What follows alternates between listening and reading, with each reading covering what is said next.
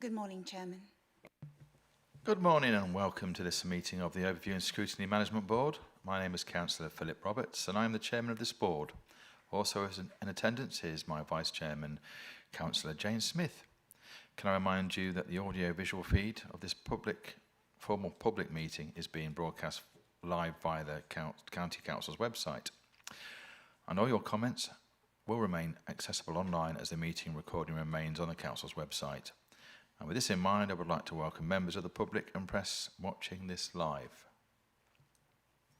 Welcome to the Executive Councillors, Executive Support Councillors and members of the Corporate Leadership Team who are attending our meeting today.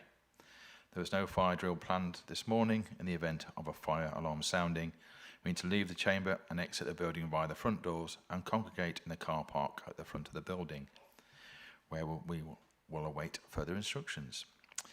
Can I remind everyone to ensure their mobiles, laptops and tablets are on silent for the duration of this meeting. The hearing loop is now activated.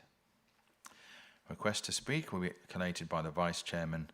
If you wish to speak during the meeting, can you please raise your hand and the Vice Chairman will make a note. We will now move on to the formal agenda of this meeting. Apologies for absence and replacement members. Tom, do we have any apologies? Thank you, Chairman. We have apologies from Councillor Corey and Paul Brewster, and we have Councillor Carrington replacing Councillor Corey for this meeting only. Thank you, Tom. Do we have any members who wish to declare an interest? Minutes of the meeting held on the 30th of April 2026. This is to confirm and sign the minutes from the last meeting of the board on the 30th of April 2026. This can be found on pages 5 to 10 of the agenda pack. The minutes are not for debate, but to agree that they are a correct and accurate record of the previous meeting. If you have any questions on the content of the minutes, please contact officers outside the meeting. Do I have a proposer? Councillor French and seconder, Councillor Collier. All those in favour? All those against? Any abstentions? I believe those are carried.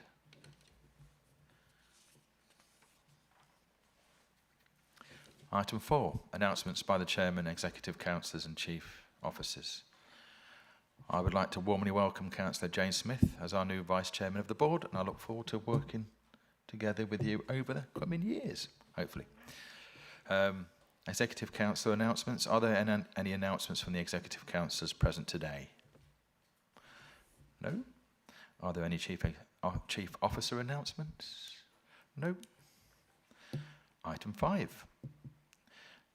Consideration of any call-ins. Tom, are there any call-ins to consider? None received. Thank you. Tom, are there any councillors' calls for action to be considered? None received. Okay. Item number 7.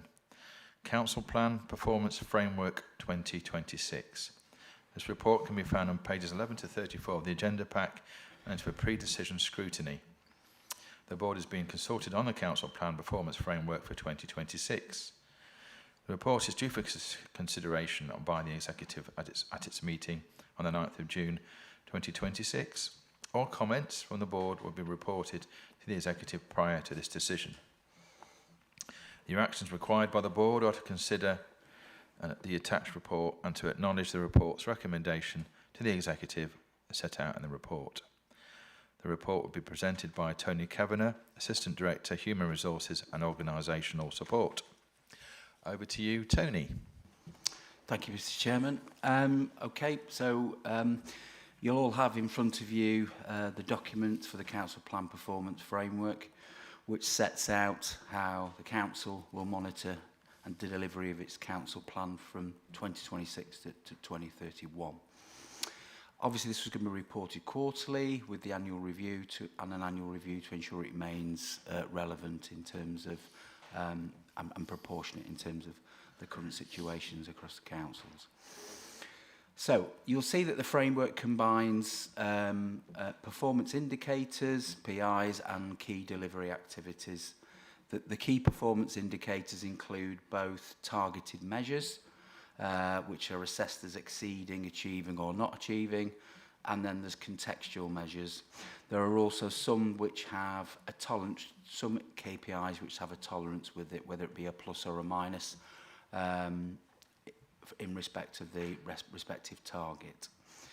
The delivery activities are tracked using a RAG rating, so red, amber, green, supported by narrative updates. The framework will also incorporate benchmarking against national and peer authorities and focuses on outcomes that the council can influence. As members will note, obviously the council plan is structured around 4 core themes, aligned within that. So some of the key priorities within the theme of the families are out supporting carers, improving health and well-being, enabling independence. There are some targets around maintaining and improving outcomes such as increased support for carers, improved well-beings, and sort of reduce reliance on residential care through community-based support. Within the community theme, obviously this is largely around infrastructure, connectivity, community resilience, priorities around road quality, high-speed broadband, public safety, strengthening community engagement, targets around transport infrastructure, expanded digital connectivity, increased participation in community resilience programmes. In respect of the theme of the county, this is about economic growth, sustainability and place shaping.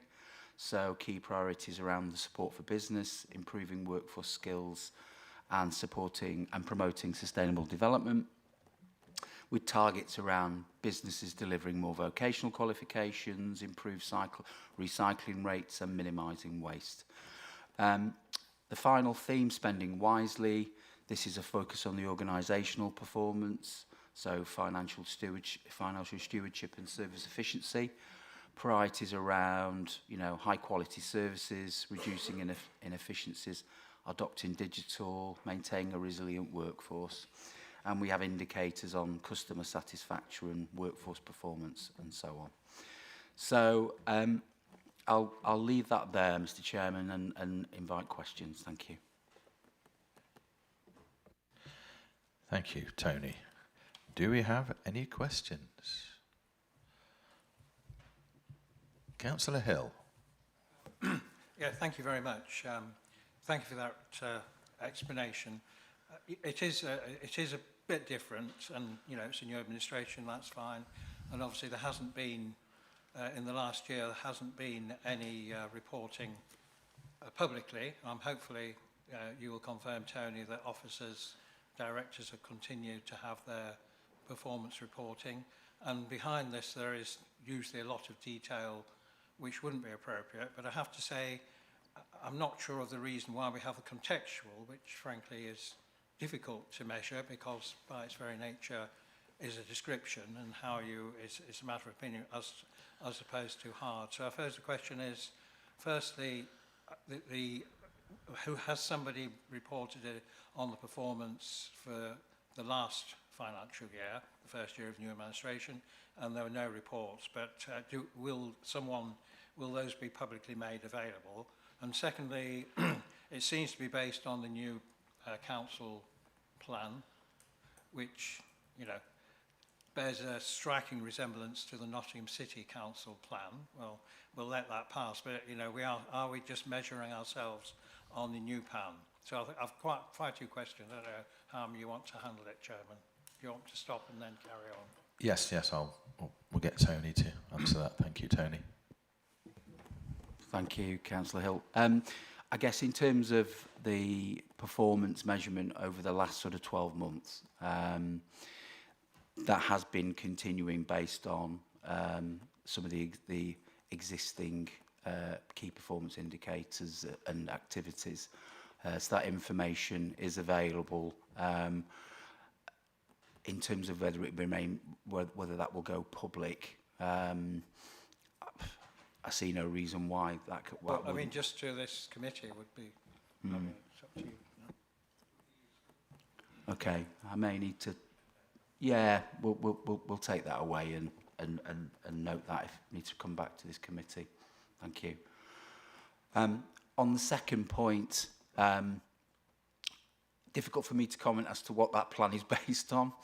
I might need to invite comments from other colleagues within the room in terms of the context of the plan, where it originated from and such like, but I don't know if colleagues wish to. Andrew? Yeah, hi, thank you.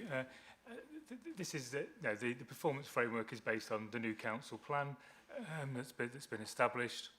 I think in reference to the comments of Nottingham City, I think that was linked to a specific part of it that was raised back in February. But certainly this framework is purely focused on the new council plan and the 4 priority areas which Tony set out. That's right. So just a coincidence then, that's fine. I'll move on then to, obviously there's a lot of new indicators, which is fine. It's a new council. Can we have a list of those indicators which have been dropped? Because, you know, there presumably have been some, which again is quite legitimate, but it'd be quite useful to know which ones haven't made it to be reported this time. And obviously then, yeah, I'll stop there and then I'll come back again. Thank you, Councillor Hill. Yeah, I see no reason why that can't be provided, Councillor Hill, in terms of those that were no longer being progressed. But presumably they will still, some of them will still be managed by officers.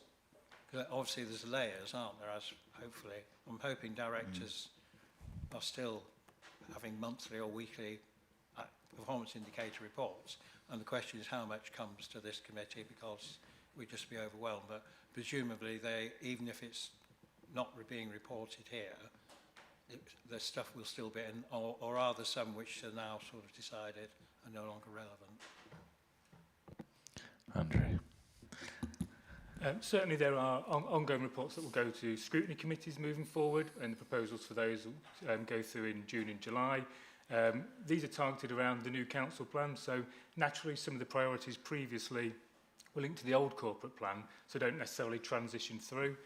Local performance monitoring still goes on with it at director level around how we operate and perform, but some of them wouldn't necessarily continue because some of them may have been achieved. A lot of those were activities that we've actually delivered and completed, so wouldn't follow through moving forward. So no, not all of them would be monitored, but there's not a need for them because we've moved on as an organisation in terms of delivery and looking around further continuous improvement and areas of focus. Okay, I mean, coming then to sort of some of the financial indicators, for example, pick out where we're going to sell so much property, there's no hard target. We always had a hard target, a financial target, and actually I believe in the council budget there is a target, so I don't understand why it's not a hard target as opposed to updates will be reported against milestones, which I don't think really is sufficient. And the other particular one, and I'll stop and let other people come in, Chairman, is why is the absence gone up from 1 day? Because it's going up from 7.8 to 8 point something. So obviously we're slacking off on sickness absence. And I wonder why that is. And obviously that's your area, Tony, so you're the expert. Thank you, Tony. Thank you, Councillor. I'll take that. So I think our view in discussion with Councillor Cat and Andrew McLean is that I think on the sickness absence figure, I think benchmarking against national figures for the sector gives more of a realistic position for the council and the sickness absence that it has. So I think 7.5 is still an aspiration, but I think as we can see from the information that we can see, it is a difficult aspiration to achieve, particularly in the current climate with increasing activity, the challenges on staff and such like. So I think in terms of trying to demonstrate where we fit within within England as a service, as a council, I think benchmarking against the national average is probably sensible, given it shows that we are still performing well against peers and such like. And that, you know, that doesn't mean to say in the way in which we manage absence there's any more let up in terms of in terms of that, the policy hasn't changed. The way in which we manage absence will continue as it is. But that was the reason for that, is more to demonstrate that where we sit nationally, and that the fact is that we are still performing well as a council. Can I just come back on that? I mean, obviously, it is a frustration for all councillors in the past, and when we were in the executive, you know, the frustration is that sickness levels in public sector and local government are much higher than the private sector, and obviously our focus is very much on trying to get it down as much as possible. And there are reasons that people working in the social care sector, you know, having to lift people, for example, and so on and so forth. I suppose the question then is to Councillor Catton, isn't it better to have an ambitious target and try and hit it? Because the problem is, and in the past it has fluctuated, and we got it right down, and it is, compared to other councils in the past, it's been good, but still about twice as much as the private sector. So I just wonder, for Councillor Catton, why have you taken the decision to relax it a bit, I suppose, is the question. Councillor Catton, would you like to come back? Yes, there's certainly no relaxing of this item. When you look at the component parts of the sickness across the sectors, there's quite a big range. From my side, there's quite a few reasons for changing to the local government sort of average. And one of those reasons is when people are looking into Lincolnshire for employment and growth, they will see that we are better than the national average, and that's an attraction for Lincolnshire. And it's a compliment to the work that Tony and his team and the whole of the officers are doing to make sure that we are below the national average as an advantage of working and living in Lincolnshire. That's just one, and we discussed a few other points. Maybe Tony can sort of go through those, but for me, having that benchmark, because we have such a different level of sickness in each of those different sectors, and those sectors, the component parts of those sectors are changing, and they have been over the last 3 or 4 years.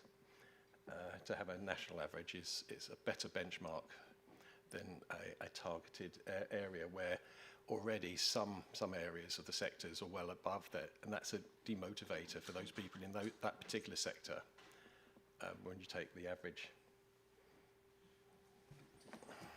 Thank you, Councillor Catton. Yeah, I mean, I guess just to add to that and to answer Councillor Hill's question, I think the position at the moment is we're seeing lots and lots of activity, increased activity in all of our services. And we'd be naive to think that is not going to have a detrimental impact on the workforce, particularly in the services that Councillor Hill has just mentioned. And I think you have to be realistic in terms of what you're trying to target and measure yourself against. And I think, you know, clearly going up to 8.8 from 7.5, I can understand how that looks in terms of a negative. But I think it's also about being realistic as a council, and also not setting yourself up to fail either in terms of those challenges. So I think it is higher, but it's about still demonstrating that how we compare with the national position is an important factor in how this council performs, and it's also taking note that we are in challenging times for public services. Thank you, Tony. Thank you, Councillor Hill. Councillor Collier. Thank you, Chair. Thank you. I was just thinking about Councillor Hill's remarks there about copying Nottingham. I don't know who we've copied or talked to or got advice from, but I know if I'm making a cake and it doesn't rise and doesn't, no good, I'll look at another recipe. So it's always good to communicate with other councils, counties, to see what's working for them and communicate and work together. I've got a couple of questions here. It's regarding the safeguarding children. I see it's on target, that's great, but what more are we going to do there? Because with the rate of children in care going up, what more are we planning on doing and to help and support them and to stop this earlier intervention as well? What are we going to do there, please? Thank you, Councillor Collier. Heather. Thank you, Councillor Collier. So we have a range of strategies around reducing entrance of children into care where it's safe to do so. We still benchmark really well in terms of the number of children per 10,000 in care and the cost of that placement, but it is a really challenging context out there. It's challenging where we're seeing a rise in the numbers of children in care, and that's national. And also we're seeing a rise in the cost of care. So we've got a Children in Care Transformation Programme, which is reporting through Children's and Culture Scrutiny Committee, so that we can track the initiatives that we're putting in place to do that. That includes things like a crisis home. It includes bespoke foster caring, so that we are training a smaller group of foster carers up to deal with more complex needs, so that children don't have to go into residential placements. We've also got the social care reforms and the Family First implementation, which we were a pathfinder for. So that's an intensification of our early help, effectively. And that means that we can work with families in a really coordinated way to provide support before it escalates. We've got the rollout of the multi-agency child protection teams, where we'll have dedicated teams who can provide advice and support to practitioners when a child is looking like they're on a trajectory to come into care, and that involves police, education, health and social care. So they are being implemented and rolled out. And we have a whole range of other strategies that we're implementing. We're very aware of the rates of children in care. We've done audits to look at, are we bringing the right children into care, and it's confirming that we are. And we know that whenever we bring a child into care, that is a really difficult experience for the family and also for the child. But it's important that we're making those decisions with really clear safeguarding thresholds in mind. And so the targets are important in safeguarding children. They're really important, and I recognise the financial pressure it puts. But the decisions we make about individual children are not based on reaching targets. They're based on the safety of those individual children. Thank you. Thank you, Heather. Councillor Collier. I may also say that if you want to make a cake and bring it here next time, Actually, I'm not. Councillor Gibson says, please could have more cake. Thing to use. Councillor Collier, your next question. Thank you very much, Heather. There, thank you.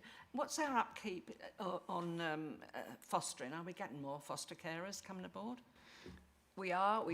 We've managed to recruit to the. So we were ambitious with the bespoke foster caring scheme, and we've had the applications in, and we've done the training, and we've now got children placed within there. I think the challenge for foster caring is we get them up, but people also retire. We have a really dedicated foster caring community across Lincolnshire, but some of them have been doing it for many, many years and are reaching a point in their life where they want to retire. And that is a challenge for us, because those people have been with us for a long time.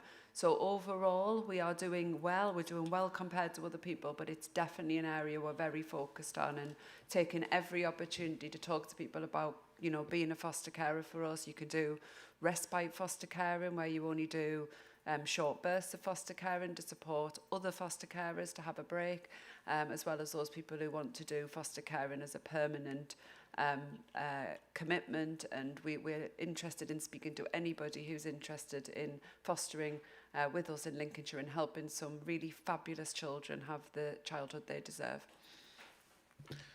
Thank you, Heather. Sorry, can I Councillor just... Collier just for the... Thank you ever so much. Yes, sorry. I fostered many years ago emergency care we were doing. It's so rewarding. It's not easy, but, you know, it's the nature of the beast, if you like. But it took a year for us to go through all these courses and everything. Is that the same length of time now, or is it quicker to get more people on board, more intense maybe, you know? Thank you. So I'll have to come back to you on exactly how long it takes. It's So it's really, as you say, it can be really rewarding, and it can also be challenging. And you know, I'm honest about that.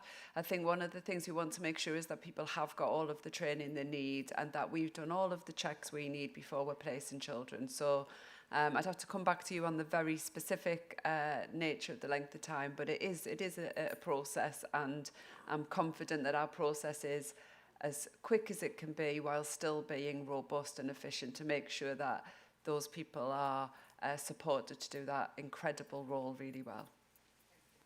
Thank you, Heather. Councillor Davis. Thank you, Mr. Chairman. I've got two questions. Shall I do them individually? Is that easier? Yeah, thank you. I think nationally, one of our frustrations, isn't it, as members of the public, is it's very hard to keep track of what the government says, because every few months things change, don't they? Is it people employed, or is it people out of work, etc.? Now, local government is uniquely affected by that as well, but I think one of the things we're seeing in this new performance framework, and I'll address my comments to Tony perhaps, and perhaps to Councillor Catton, is we're clearly moving away from a fairly rigid set of measurable targets. You know, there's lots of talks about contextual milestone reports, that kind of softer stuff. So I suppose my question to the executive or to Tony is, as councillors and the broader public, when you keep moving the goalposts, and on a political level, I admire not doing any analysis or performance reporting for a few months. It gives you a clear break, and you know, it's quite a clever move, I suppose, not to ask yourself difficult questions. But moving forward, are you going to keep changing the goalposts? How are we meant to measure whether things are getting better or worse, when I'm afraid a lot of what's now in there is opinion? It's not really measurable. Thank you. Tony? Yeah, thanks, Councillor Davis. I guess in terms of the plan itself, clearly that was, and the indicators and the performance framework, that was subject to significant engagement within the council, with chief officers, with the executive, and so on. So I think there is an element of refresh. We're using the expertise of some of the officers that are in here about what are the particular things that need to be measured and come out. I think in terms of the contextual measures, obviously we did have those in the previous plan. In terms of, we did have some contextual measures as well. So I think them in themselves are not unusual. But I guess for me it is ensuring that as long as we are, again, using up-to-date information around performance, such as benchmarking, national positions, then that, I think, as long as we can pull on that, then that will give an indication on how the council is performing. I'll see if any of my colleagues wish to come in. Heather? Yeah, so we're at the very beginning of a new council plan. So if you look, for example, on the youth strategy for children's, we're writing it.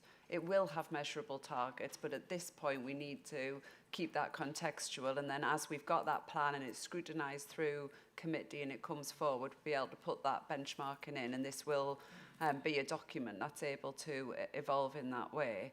I do think there are a lot of really targeted measures there, and a lot of measures that are hard numbers and are really competitive in terms of national, regional, statistic neighbours benchmarking as well. So I do think it's a mix. Some of these strategies are newer and we need to develop them further and get them approved through council, and then we can adjust them. But I guess I would just say I think there's a lot we can be held to account for as a council, and that we all sat here can be held to account for delivering within the targets that are in there. Thank you, Heather. Councillor Davis. Thank you. I suppose I take that on board to an extent. What I would push back slightly on is, can we have some perhaps political assurance from Councillor Catton that we are going to see some rigidity around these frameworks? And I would say, while I appreciate the value of benchmarking, I think it's really, really valuable. Let's not miss the fact that we're moving from a self-appointed targeting system to a benchmark, and in essence we're allowing a direction of travel to slip. Now, a cynic, and I'm not a cynic, as you know, Heather and Tony, I'm far from a cynic, would say, well, it's very convenient, isn't it, when the benchmarks where you're all moving to a national framework gives you more wriggle room. But so I said that's a point more than the question. My second question, Mr. Chairman, is, and we've heard it from Councillor Collier, from Councillor Hill already this morning, there is slippage in here, around hospital discharge rates, children entering care, smoking cessation. I wonder whether, Tony or somebody, or Heather or Councillor Catton, could you point at somewhere in this performance framework where you're setting a higher ambition than was there previously? Tony. In all honesty, at this moment, I won't be in a position to give you that information now. I think that's something we'll have to go away and look at based on the targets. From what I've seen, I can't comment on that. Heather? I could point at a few individually. So if you look at the target around eligible 2-year-olds and receipt of childcare, if you look at the target around the gap between free school meals, so I could go through and look at them individually and point them out. So there are targets where we've increased. And there are targets that are new that we never had to work to before that are an increase on not having a target. So this is a new council plan. I do also think there are targets where, for example, if you take one of the targets that we had a lot of frustration with around school inspection outcomes, actually the regime for school inspection has changed completely now. So the targets are completely unapplicable within the new light. So I do think that there are stretching targets in here, and there are targets that have stayed the same despite a really increase in the challenge of the context. So whilst the numbers will look the same, actually achieving those numbers is getting much harder. And we see that come through in the narrative. So I think I could go through each of them, and as can the public and as can you. There are some that have improved. There are some that have stayed the same despite the fact that we're in a more challenging climate, and there's some that have been adjusted. And I think that's, that adjustment has been done on an evidence-based way. And I think in terms of the benchmarking, I mean, again, if we talk about slippage and we talk about the rate of children in care, it's a really difficult conversation, isn't it?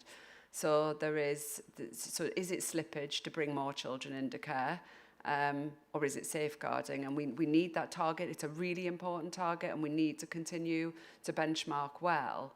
But actually being realistic about what we're seeing and responding to that is something we've done year on year on year over the last, all the time I've been in children's services. They're not targets that have remained static and just moved this year. They're targets that we always look at the context when we're setting them to ensure that we're not setting up unrealistic expectations, and we're looking at that context within them. So some of these are targets that have been reviewed year on year and evolve in line with that.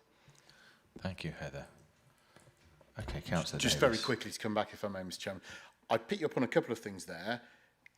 The council isn't new. The plan is. The council's old. It's been here in a year. So I think we need to be clear about the fact that the plan's only just come forward and this has only been reintroduced after a hiatus is not a reflection on anything other than a political decision.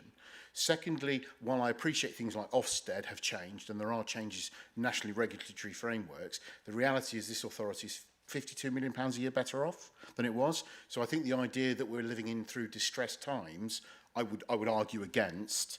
And in terms of your point there about children going into care is a good or a bad thing, that's a complex issue, and I look forward to getting into it more at the Children's Committee. But I would say while there is a target and while it's a key performance indicator, I think you would be hard-pressed to explain to the public why giving yourself more slack in that target is a good thing. And I think we need to be really clear that the narrative that supports any kind of key performance indicator system is important, but hard and fast numbers matter, because very much like the argument we've had about discussions we've had about Ofsted, is the whole purpose of this system is to give relatively uninformed members of the public, and some may say councillors, an assessment is the council good or bad? And if you keep moving things, if you keep it, and I don't mean this for particularly this reference, but if you keep excusing changes rather than looking at a direction of travel and being honest about it, then we're in essence, Mr. Chairman, kidding ourselves. And I think it's really important we are open and honest and don't try and excuse what is, at times, poor performance by looking for some kind of external force. Thank you, Councillor Davis. Heather. Yeah, so I take all that, and obviously, Councillor Davies, some of these move into political points. I just want to be really clear that when I talked about challenging times, I'm talking about the times families are living through. I'm talking about what's happening in society, and I don't think anyone could argue that we're not seeing, challenges for families at the minute. I wasn't talking about the council's funding. I think that's the council's funding doesn't stop families going into crisis very easily. That's the honest reality. And we talk about being honest and transparent. When I talk about being in challenging times, I am referring to some of the challenges families are living with and some of that financial pressure on families and some of the context in which they're living. And I definitely, I do think, I would challenge some of the word around talking about slack. With regard to some of these measures, I think that it's important that we know the direction of travel. It is really important that we're honest with the public about that direction of travel and why that would be, and that's not necessarily about making excuses. It's about being transparent, being evidence-based, being benchmarked, and being able to articulate that to people, because the other thing would be to set targets we know we're not going to hit, and that also wouldn't be transparent. So I think that we need to have that debate fully, and I don't know if Councillor Catton wants to comment any further, because I'm aware some of this is political. Thank you, Heather. Councillor Catton. I just wanted to say that the targets set here are yardsticks. It's not, to answer your question, it's not fixed. We can't have a fixed sort of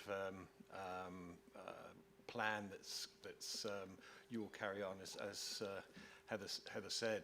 When material things happen, you want to reflect and have a flexibility going forward. So I can't confirm that these will be the targets that are going to be infinitum, because we will look at what society, what the governments and things, and then reflect that. And obviously getting comments from the Scrutiny Committee about sort of their opinions. So to answer your question about is this a fixed, rigid sort of target, well, for me, it has to have some flexibility within there, but that flexibility is going to come from the grassroots upwards through scrutiny, through the executives, through the officers, on if there is a material change, I would say, in the society or Lincolnshire itself. But as far as I'm concerned, what I said earlier, there's quite a few variables with regard to why some of them have got the government benchmarks on performance. I think that's sort of the end of my sort of Thank you, Councillor Catton. Thank you. Thank you. Councillor Brooks. Thank you, Chair. Most of my questions have kind of been answered, really, but I'm going to say it anyway. Looking at the benchmarking, I know you're doing the national average, which is fine, obviously, but obviously every area is different, so I was hoping that we're going to kind of get more targeted for the Lincolnshire area as well as looking at the national average. Also, if we achieve the targets, are we going to set them slightly higher for us to, make ourselves better, basically? Because I don't want to sit on our laurels. I want to be as best we can be. So, thank you. Thank you, Councillor Brooks. Tony? Yeah, thank you, Councillor Brooks. I think obviously that'll be a decision for officers in conjunction with the executive in terms of whether we want to push those targets. I think based on the discussion that we've just had around changing the challenges within society and everything else, I guess, and the national benchmarks, I guess for me it's whether they are realistic. But I think I think at the end of the day it'll be based on discussions within that and where we are nationally and locally around some of those challenges. Thank you. Andrew? Yeah, I suppose, and just to follow up on that, I suppose just to state, these are the 26, 27 indicators and targets. So each year we'll do an annual review of what's in there from both the performance indicators, the ambitions, and review the targets and performance to date as well. So that'll all be part of that process as we go into next year as well. Thank you, Andrew. Councillor Collier?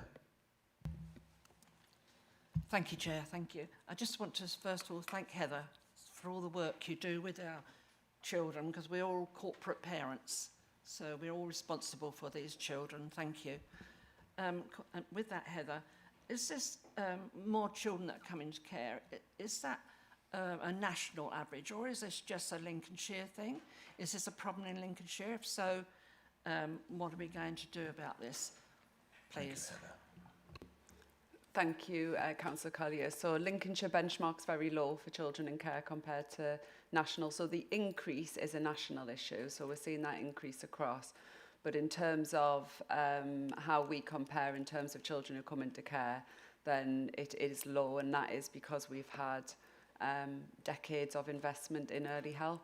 And we have prioritised early help, and that has meant that we've got strong services around early help that get in and intervene early in families before they get to crisis. Thank you. Thank you, Heather. Councillor Hill. Yeah, just first, I'd support what Councillor Brooks has said. Surely it's better for the best organisations challenge themselves and hit high targets. And is it better to hit a high target and not quite get there, or to hit a easy target and get there and pat yourself on your back? I think we know the answer to that. So I think he's dead right. It's about challenging yourself. I think we all want this county council to be the best it possibly can be. I haven't had an answer to my question about the capital receipt sales, why that's not a hard target. Could I also say on target place 85, about we're talking about defending our communities from flooding. Very much welcome the extra money that was put in the budget, which continues the focus that this council has on trying to protect as many people as possible from flooding, and the work that's being done. I know there's a lot of work going on politically and with the officers, but 85 just says, you know, properties protected from flooding, and there's no target. I mean, the section 19, that's great. The other targets are good, and you know, we'll get through it. But section 19, of course, is only the start of the discussion. The issue then is what's going to happen afterwards. So the question really is, why can't we have a target in those numbers of because we'll know once all the section 19s are reported, how many of those collectively with other agencies are actually going to be protected. So could we have a target in there that just to make sure that as members we keep the pressure on officers to deliver on that extra funding which has been made available? Thank you, Councillor Hill. Tony. Yeah, I'll probably defer to Andy on that one in terms of around the flooding. Andy. Yes, as Councillor Hill sort of has pointed out, obviously there is a reaction to the weather conditions, which then get followed through in terms of the Section 19 investigations, and then that gives us the position in terms of the number of properties. And as you're also aware, the way we develop our schemes, there is an assessment in the context of making sure that we get value for money, that we try and protect as many properties from each individual scheme. So we can take that away and look at whether it would be more appropriate to actually have a clear target linking that in. As you know, it's obviously subject to weather conditions as well, and thankfully over the last 12 months we've not actually had some significant flooding events, so actually the pressures on the Section 19 investigations has been reduced compared to previous years, which has enabled us to put more time and effort into actually developing some of the schemes and the opportunities. So you would recognise there would be a fluctuation, but I suppose that ties into Councillor Brooks's comment, is if we're ambitious, the circumstances of a particular year would be recognised in the context of the achievements that would potentially be made. So with due respect, I think it's not anything to do with future weather. The issue is we've got all these Section 19 reports, and the council's commissioned a company to actually do some area work, which, as Councillor Brooks knows, is part of my area, but it's going elsewhere. So surely we should be able to say, and it's a challenge, because obviously we need to talk to other agencies, how many houses do we think in a year's time work's been completed, and those houses are, if not 100% safe, a lot safe. Surely we could have a target in there which would actually then challenge all of us to see if we can get there. Because if we get a wet, you know, deluge in January and people are flooded again, they're going to say, well, what's he doing? You know, and I think we need an answer to that.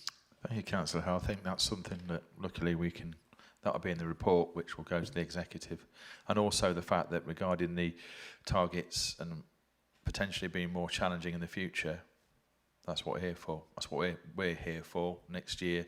If we see a report and we think that there should be higher targets, then we can report that back to the executive, and hopefully that's something they try and do, because we all want to try and achieve and get better and better and better. Thank you. Councillor Andy. Sorry, Councillor.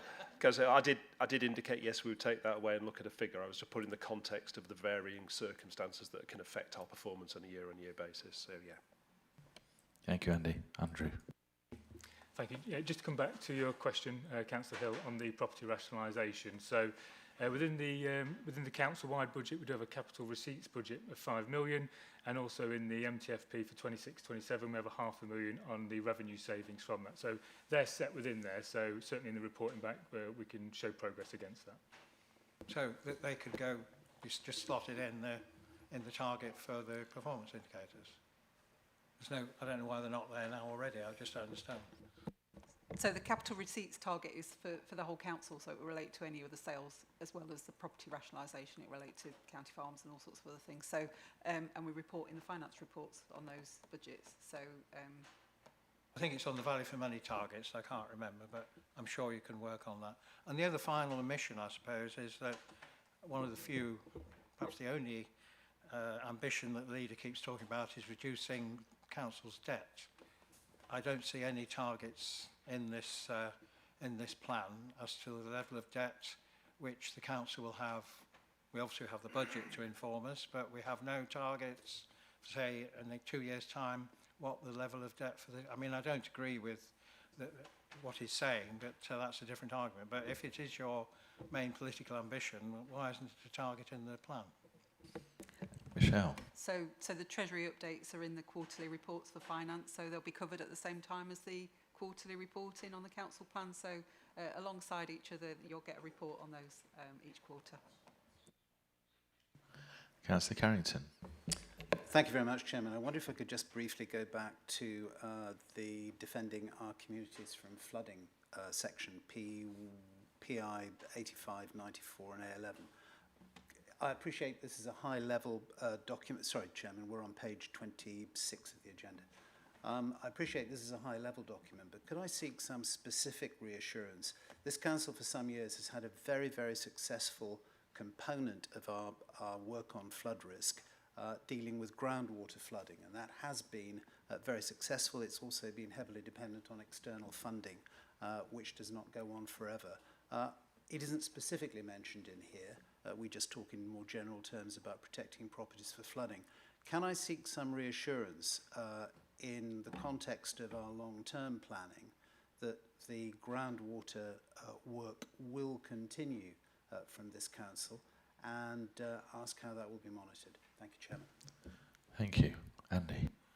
So I can confirm that we recognise the importance of groundwater flooding as a part of the complex jigsaw that we've got in terms of fluvial, coastal, groundwater, surface, and as you're aware, Councillor Carrington, all those things come to manifest themselves in different ways at different times. You are right, the extra capacity we've currently got in our groundwater team is externally funded, and we are in the process of pulling together a business case to actually make the case for actually extending the operation of that team. That might be a mix of other external funding sources and calls on the council's budget, but that business case is currently being worked up because inevitably when you're dealing with situations which are grant funded, there's a risk that there comes a point where unfortunately staff start to get nervous and start looking to move elsewhere. We want to sort of establish a position to retain that capacity, that expertise, before we get to a point where we'd effectively have to start again. As you're also aware, obviously a lot of the actual direct impacts of the work those teams are currently doing is directly beneficial to communities in providing sort of safeguards, assurance in the context of the risks. I think sort of some of the telemetry that's been put in place has really sort of like impressed residents in the context of actually what it gives them, that sort of safeguard, that assurance. Anecdotally, I know that in one of the communities when they were first put in place, people were saying it hasn't gone off. And the team had to reassure people it hasn't gone off because it hasn't reached the point that you need to start worrying about it, which immediately then gave people a different understanding and appreciation of, oh, I can sleep soundly in my bed. So again, it's an education process. And I think, again, as you're probably aware, an awful lot of time and effort has been invested in trying to create educational resources relating to that project. And credit to the project and our involvement in that, it's going to be part and parcel of the national curriculum from September. So there are resources in terms of books, in terms of sort of educating next generations of the importance as well. So in that context, definitely agree with you that actually finding a way of maintaining or even enhancing that capacity would be really useful and appropriate. Thank you, Andy, and thank you, Chairman. I did just want to say you very eloquently expressed why this is such an important component of the work we do. Groundwater is incredibly challenging. It is not well understood. It's quite difficult, and it sometimes get, dare I say, swamped by, you know, if the Witham bursts its banks or whatever, and you have acre after acre after acre underwater, people forget about groundwater. But the impact on local communities across our county is absolutely enormous, and I did want to pay tribute to the value of that team, and I'm very reassured that we are working on ensuring that it continues. Thank you, Chairman. Thank you, Councillor Carrington. Any further questions? Oh, Councillor Dilks. Excellent. Have you got any further questions, Councillor Dilks? Yeah, I have. I'm sorry, I thought you were just acknowledging that you'd picked me up earlier, and I thought I was on the list well early, but never mind. I did wonder. Never mind. It's been a good debate, and I really welcome it. Before I ask my question, I would say I welcome what Heather said about fostering in particular, and take my hat off to Councillor Collier, who's actually done it. I don't think we support foster carers enough. I know we've come a long way. I remember asking 20 odd years ago in this chamber how much foster carers actually get for their troubles in looking after difficult, and I know they shouldn't be doing it, and I hope they don't do it for the money, but we should recompense them properly. I'm not sure if we do and how it's improved over those 20 years, but at the time I worked it out that a foster care of one child would actually be recompensed rather less than a backbencher of this council. And of the two contributions, I thought the foster carer offered more, but there we are. So, you know, great value for money, I think foster carers offer, and I would welcome, you know, any push that we do, and also value for the child, for goodness sake, to grow up in a home family setting. But having said that, Councillor Collier, it has to be right that these people are properly vetted over a period and not just on a whim overnight. They have to go through and make sure that we're happy, they are the right people, they're doing it for the right reasons. There we are. Particularly in today's, you know, when we know what's going on. I'll say no more. But on the overall, I do welcome, I understand why we're doing, there's been changes in some of the KPIs and that are proposed. However, it does make, and it was the very first comment that was made this morning by Councillor Hill, it kind of makes it, not seeing what's been dropped here, makes it very difficult for us to compare. And what I want to do as a councillor, and you know, to let people know, is are we getting any better? And in a lot of these areas, the new KPIs obviously are listed as red. I assume that's because they're new. But if you look down the fire safety, helping residents feel safe, on page 25 at the bottom, towards the bottom, they're all red, and of course it sort of says it's a new target for this year, and it's 11 minutes to get to the to respond to dwelling fires. It doesn't say, you know, what it is currently or what it has been, and are we improving or getting worse? And I find that difficult, and if we'd had these previous, you almost need these comparisons. How's it go? I understand the sort of national argument of benchmarking, I understand that, but we want to know, how's this council doing? Are we getting better, or are we slipping? You know, I just think that's important. I'll just see if there's any. I'll stop there if I may, but thank you ever so much. Thank you.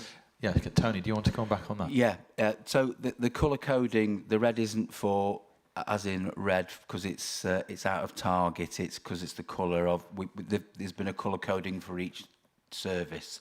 So you'll note that, yeah.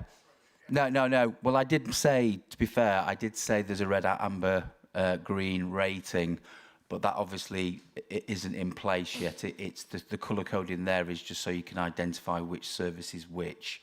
So I hope that sort of draws out that any confusion on that one.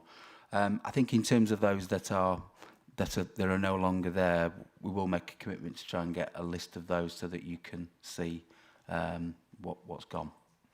Thank you. I would ask though, we've got 11 minutes as a realistic target to set for the fire response times. Is that, you know, what was it last year? What is it currently? Tony. Unfortunately, I'm not going to be able to answer that. I'll have to come back. That's helpful. Thank you very much, Thank Mr. you. Chairman. Thank you. Councillor Dilks. Any further questions? Councillor Collier. I must agree with Councillor Dilks there that we do need previous figures to be able to compare to do a good job on this. How do we know? What are we benchmarking on? It's thin air at the moment, really, in some of the reports. Although I appreciate you do a lot of hard work with these reports, and we thank you for them. Thank you. Thank you. Heather. Thank you. So where there was a target previously, it's included, and where there was a performance that was measured and captured within the plan, it is included. Where it's a new measure, there's a narrative around why that is. So for the fire one, the fire service have looked at that. They've looked at what our statutory duties are, what is a realistic standard of attendance based on the assessment of risk, and they've put forward that target, and then that's been worked through. So and when we come to reporting, so today what we're saying is these are the targets. When we come to reporting, you'll be so in children's scrutiny as well as in here, you have that trend, don't you? And we do. When we do that report and we have a trend and it shows you where we've been over the last quarters. So today really isn't about where we are in the measurement, it's about the setting of the measurements. And I mean, I have to agree with Tony, I can't talk in detail about the fire one, although we have had those discussions, but I don't want to give assurance that I'm not confident in, so we can look at that. But certainly I know that we have had those discussions, and I know that Councillor McGonigal has done some challenge with that and has looked at that as well through the target setting. So we can come back to you, Councillor Dilks, and I'm sorry I haven't got that detail. Councillor Dilks. Yeah, thank you for that. I don't know if Councillor Collier needs to come out. No, thank you for that. But are we saying then that previously we didn't have a KPI for average response times to dwelling fires? Yeah, not in the council plan. So this is in the council plan, and whether we've had a target in the council plan. Did we monitor it? Of course we did. Did we look at it? Are we now saying actually we want that to be something that we're publishing publicly? Yes. So that's the difference. Thank you, Heather. Councillor Hill. Yeah, I'm a bit confused now because I'm not saying what used to happen is the best, but we used to have a specific officer, not at Tony's level, because obviously he's got, who had all the facts at her fingertips. So in moving forward, all these questions would have been answered because yes, and there was somebody whose total job was just to go through all the targets continuously, and you say, what about X target, and you come back. Heather's right, there are some, but it only says Q3, and then some of them you've got an asterisk, and it's very difficult looking at this to try and understand whether it's what's gone on, because you've got, for example, you've got total number of businesses is 82, target 82, and Q3 was 3,600, this is businesses supported. Then it goes 2,000, then it's 2,500, new target 2,800. So if you're doing a target for a year, surely you compare with the total for last year. I think there's a lot more work to be done, and I have to say, you see, this council's been in existence for a year now. The way we're going, it'll be halfway through this council, we'll probably come into the end of it, depending on what happens to LGR, and we'll be no wiser. And it's very disappointing. We sort of only now sort of beginning to have a half job done, and it's probably going to take another year, if we're lucky, before we get something a bit more robust. But I'll stop there, Chairman. Okay, thank you. Tony. Yeah, if I could provide Councillor with some good news, it won't always be me answering these questions. Unfortunately, the post holder, Carolyn, is not here at the moment. So obviously, future OSMBs, there will be more of the expert that can know the ins and outs. Thank you. Thank you, Tony. Any further questions? Andy?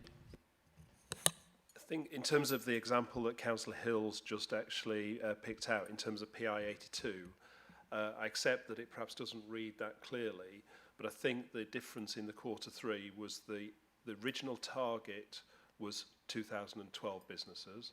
The revised target was 2,500. We actually helped and supported 3,561.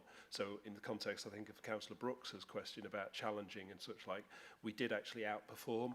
And as the narrative indicates, the funding has all changed, but we haven't gone back to targets that we outperformed. We've set a target that is still above what the original targets were, albeit less than the out-term position, reflecting the knowledge and understanding that we've got of the funding and some of the challenges we're going to have. So I think that's a good example of we've flexed within year, i.e. previously, but we're also being quite challenging to ourselves in a changed funding environment for the coming year. And time will tell whether we hit those targets or not. That's good news, but I just think this needs to be a lot simpler, you know, because, you know, we could be here all day asking questions on every specific target. And I just think at a glance, I mean, in the past what we did was focused on those targets which either were failing or were get better. And at the moment we're just presented with I mean, I can't support this because I don't think this is suitable to go forward as the council at the target, measuring targets, because for the reasons been stated. So hopefully, I don't know what the answer will be. The executive are going to agree this, presumably, or amended this, but I don't think it's really satisfactory. Well, Councillor Hill, hopefully the executive will obviously listen to our comments or read our comments and try and probably adapt it. Andrew? Yeah, thanks for the comment, Councillor Hill. So this is the framework we're asking to sign up to. Certainly when we get into the reporting, we'll then produce the reports that do focus on some of those particular areas, those that are underperforming, those that are high performing to celebrate success.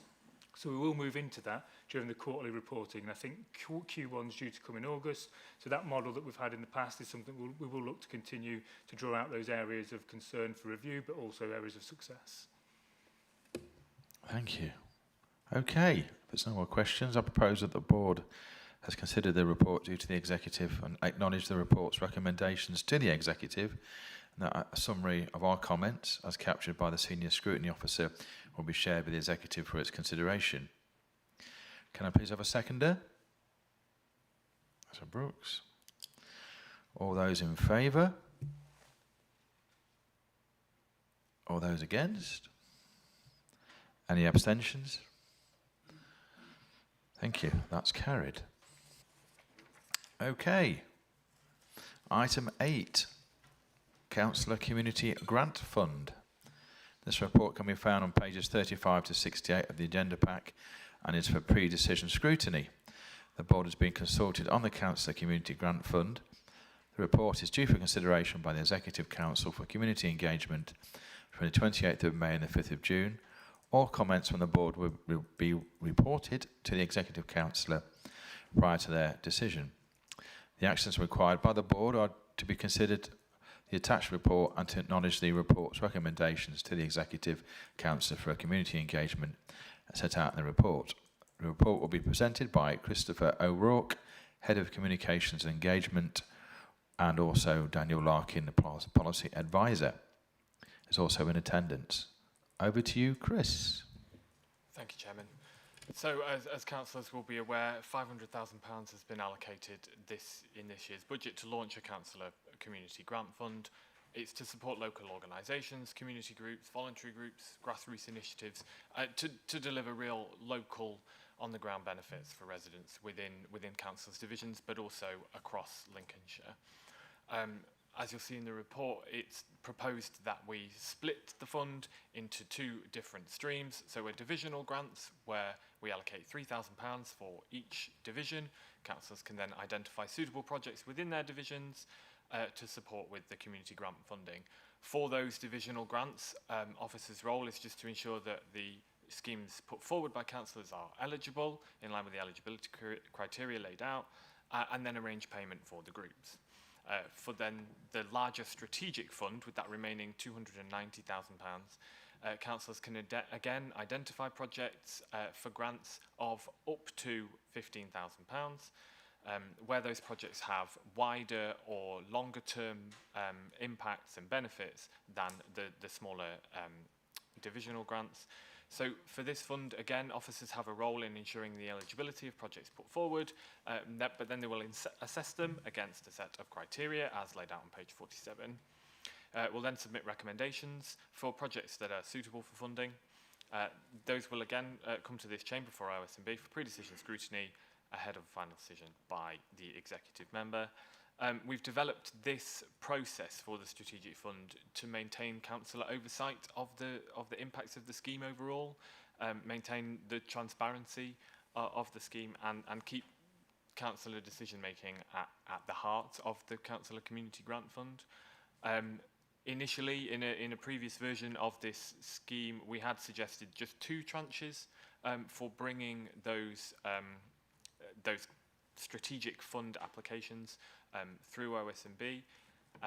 However, to allow for a bit more flexibility and speed, timeliness with issuing that grant funding to suitable projects, to worthy causes, we've, as you'll see on page 48, we've updated that to allow for further opportunities to update on the scheme in this chamber, and where we have an update to bring, we can bring that from August onwards. There is, however, on page 45, still a line about 2 tranches. So just to clarify, we are considering the multiple options to bring this through OSMB rather than just the 2, so that there's timeliness. And I'm happy to take any further questions. Thank you, Chris. Councillor Brooks. Thank you very much, Chair. I welcome this. It's going to help all the residents in certain areas that achieve this. The question is, how will we make sure the strategic fund is actually fair for coastal areas like Skegness? Because my concern is that if you get certain councillors or councillors who are very good at applying for grants, it will all go to those. So does that mean one councillor can only apply for it once, or could they apply multiple times? Thank you. Chris. Thank you, Councillor Brooks. So councillors can support multiple applications to the strategic fund, and with those multiple opportunities to bring it through this chamber, plus publishing all the details of all the accepted grants online, we hope to make it sort of as transparent as possible in where that money is going. This committee can then discuss areas that might be left out, as it were, areas that may not be receiving as much funding as others, and we can suggest steps that we might take to be able to do that.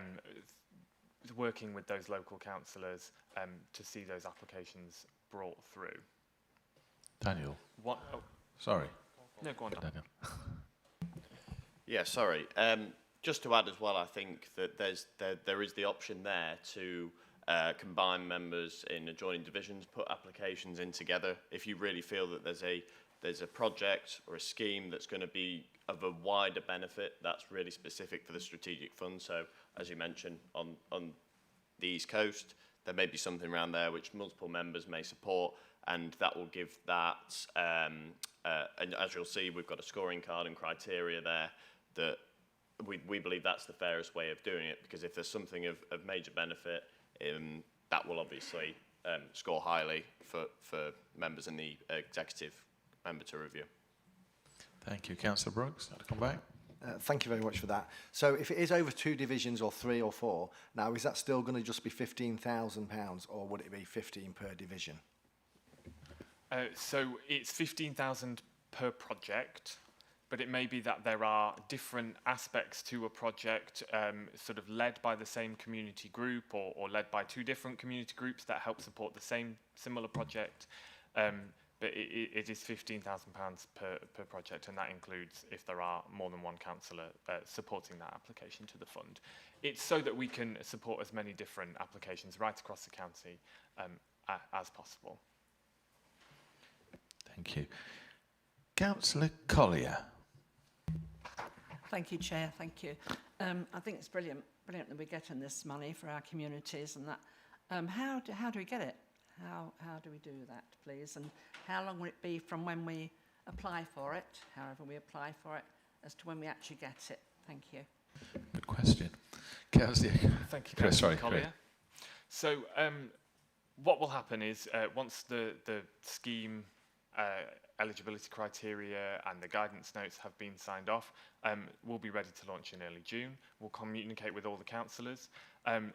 We've tried to make this application process for councillors as easy as possible so that they can put forward a project without worrying about have they got the paperwork they need to do this, or worrying about what they're sort of writing. They can identify these projects that many councillors I know already know about in their divisions, and put them forward to us. So for a divisional grant, as I say, those applications will come into us. We'll do eligibility checks, so that will just involve contacting the community group or organisation just to confirm a few of those things that you'll see that are listed. That's things like, have they got a bank account in their name, things like that. Have they got a written constitution? Those sorts of things that our community groups have. Then we will confirm their eligibility and arrange payment. That can be done quite quickly. Then for the strategic fund, obviously you'll see, because there's that assessment criteria, it will come to the next available OS&B for a discussion there. We'll have done those eligibility checks as well and that scoring beforehand, and then it will go through. So in terms of yourself as a divisional councillor, once the scheme is approved and ready to launch, you'll receive sort of full guidance on how you put forward those schemes, and that simple form that you can let us know what your project is, where it is, and we can do the rest. Councillor Collier, would you like to come back? Yeah, just one more question there. So will you also be giving us a list of things we need to ask from the person we're helping? You know, what do they need to supply for us? Because I have got somebody in mind already. And I don't really know what. I've said I need some information from you, but I don't know what information I need from him. Yeah, so some of that is in the guidance notes, so that will be evidence around their constitution. If they're working with children or vulnerable adults, they'll need their safeguarding policies. In that application form, it will be clear what we need from you, but also what we will then ask the organisation for, so that you know as a councillor what I need from you before you even start to fill in the form, and you can then sort of give a heads up to your contacts in the community group to tell them what we'll need from them. And it is all stuff that these established community groups will have access to. We're not it shouldn't be an onerous process. We want to be able to get this money into those communities and creating those benefits as quickly as we can. Once schemes are funded, they will all be published on our website, the details of those, so that it's completely transparent about where the money is going and the impact that it's having in our communities.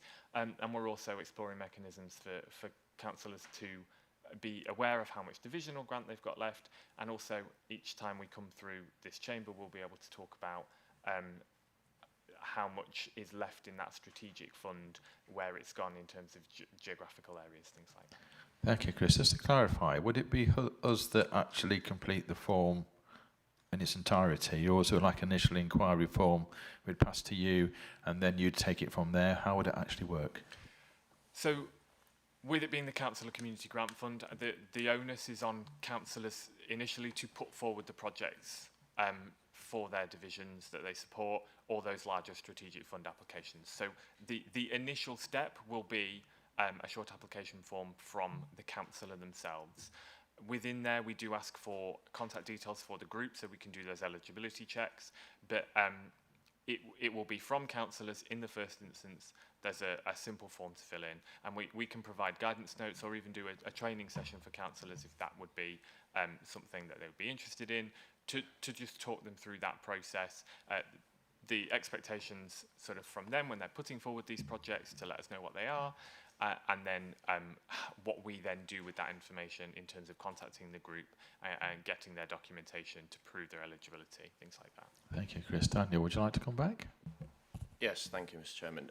Just to go back to Councillor Collier's previous point on the sort of process about it, I think what we've been really, really keen on doing is stressing the fact that this has proper governance and oversight, because at the end of the day, public money, public investment, we want to make sure that that's held to proper scrutiny, and it's there for all to see where that money's going, how much is left, etc.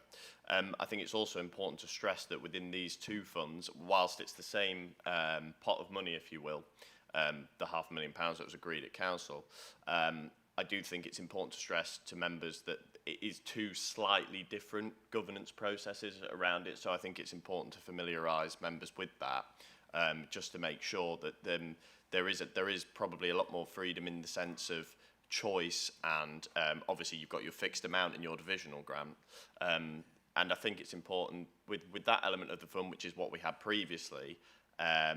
It's important to stress that these are for those real tangible on the ground changes that members can make, because obviously we speak about big highways projects, etc., but obviously what residents sometimes want to see is that real on the ground, okay, what's my parish, something in my parish area. I think that side of the fund really gives access for that for members, and then obviously the strategic fund, as we've discussed, just them slightly larger, more significant projects perhaps on a physical level.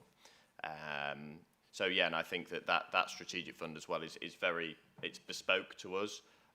We recognise that this is done in other areas within Lincolnshire. West Lindsey, East Lindsey, South Holland, Boston all have versions of this fund. It's called different things on a county level. Derbyshire have it, Warwickshire have it. So it is a tried and tested approach, but it really is just about getting that governance and oversight right. Thank you, Daniel. Another question actually might be to Chris, or possibly Daniel. If it gets declined, do we have an appeal process? So if an application is declined, it will be because the applicant is ineligible or the project is ineligible based on the criteria of the scheme. So it may be that we can support the councillor and the group to find a project that is eligible, that achieves a lot of the same goals, but rather than rejecting schemes on a whim or whatever, it will be because it is ineligible under the scheme. Thank you, Chris. Councillor Carrington. Thank you very much, Chairman, and thanks to Chris and Dan for the report and the answers so far.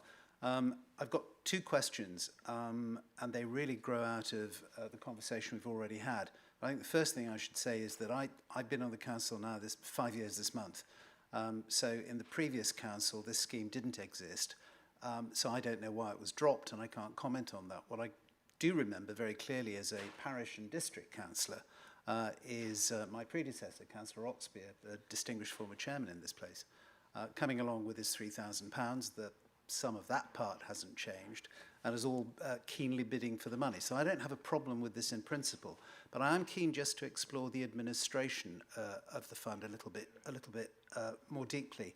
And I'd refer colleagues to page 37. In paragraph 3, it explains that the fund will be split into two separate streams, and it talks about the £3,000 for each electoral division, and then it goes on in paragraph 4 to talk about the strategic fund, and it says the strategic fund will follow a separate appraisal, review and approval process involving members and officers. So my first question is, which members? Because presumably it can't be the member applying, because then we'd be marking our own homework. I think I'm a bit challenged about any other member being involved, because however unjust, it would raise questions of potential political involvement. So it's not so much those assessment criteria, which are very helpfully set out in detail. It's the mechanism around how that would work. That also then takes me back, and I think you've touched on this in an earlier answer, to the divisional fund. Again, I'm quite clear on your proposed criteria for that. It's just who would assess, and the basis presumably is strictly on the criteria. I think Dan, by the way, made a very important point in an earlier answer about transparency and accountability in this. But could you expand on those points, particularly potential member involvement? Thank you, Chairman. Thank you, Councillor Carrington. Chris. Thank you, Councillor Carrington. Thank you, Chairman. So in terms of that line in paragraph 4, as you pointed out on page 37, in terms of the separate appraisal, review and approval process involving members and officers, that is in relation to the applications for the strategic fund coming in, being assessed for eligibility and then against those criteria by officers. And then those funds, fund applications ultimately being brought through this chamber and then to the executive member for sign-off. OSMB has been sort of involved in this process so that we can maintain a councillor oversight of the scheme overall. Councillor Brooks alluded earlier to this sort of geographic spread, and it may be that councillors want to point things like that out where perhaps north of the county or south of the county has less or more funding than another area. So that's the councillor involvement referred to there. And then in terms of the divisional, as Dan said, we've been very keen on the transparency there, and like you say, the criteria for those and the eligibility for those is clearly laid out, and that's what will be assessed on those divisional grants by officers. Thank you, Chris. Thank you very much for that answer. I am uneasy about the councillor involvement element. It may be completely unjustified, and I'm not casting any kind of aspersion, but I think setting that up as a system, does that not create the risk that there will be accusations of political bias, however unfair and however unjustified, built into the system? Because we're talking about large sums of money here, which people are going to be very, very keen to get for their communities. I'll listen carefully to the rest of the debate, but I did want to express some considerable unease about that aspect, although the general principle is one that I would support. Thank you, Chairman. Thank you, Councillor Carrington. Chris. Thank you, Councillor Carrington. Just to sort of explain the OSMB role in that is not necessarily to assess those individual projects on their merits in line with the criteria, because that has been done by officers on the criteria that have been agreed. It's to look at the fund overall and make sure it's achieving the impacts overall. But I do absolutely take your point around the associations that it might have with political bias, etc. It was less the OSMB involvement, which I assume would be after the case. I'm not quite clear when OSMB would be involved. It was more if it goes to the executive board for sign-off, you then have a political involvement in the signing off of the money. And that was the bit that left me uneasy. But are you suggesting that OSMB would in effect have a veto on the approval of schemes? Chris. It would be pre-decision scrutiny, and then to the executive councillor for an ultimate sign-off, taking on board the board's comments. Yeah. Thank you for that clarification. Thank you. Councillor Dilks. Thank you, and partly my question was Councillor Carrington's kindly explored that point. I am a bit concerned about who signs it off in the end. I'm still not 100% with what you've said, I've got to say. Is it coming to OSMB to be for pre-scrutiny, what each application, or just the overall where we are in the scheme, how many we've had and how much money we've got left and that sort of thing? So that's my first thing. If I can, I'll just sort of say I very much welcome the principle of the scheme and the scheme. I've read the the notes that we've got, the agenda, of course, and I really do welcome it on the grounds that we all, or most of us anyway, actually live in the area that we represent. We know our communities, and we know where a relatively small amount of money can actually make a big difference in our communities. Mainly, in my experience with past schemes at district and I believe at county level as well, I've found, using them for sort of seed corn, if we'd call it that, for worthy projects to get them off the ground that just need a few bob, or a few pounds to actually kick them off, that they wouldn't be able to get off the ground without that money. And that's where this sort of scheme can make, I think, a big difference. Where I think it's not particularly appropriate is, Councillor Davis, you need to put your fingers in your ears. I'm going to talk about my favourite subject, Deepin's Library.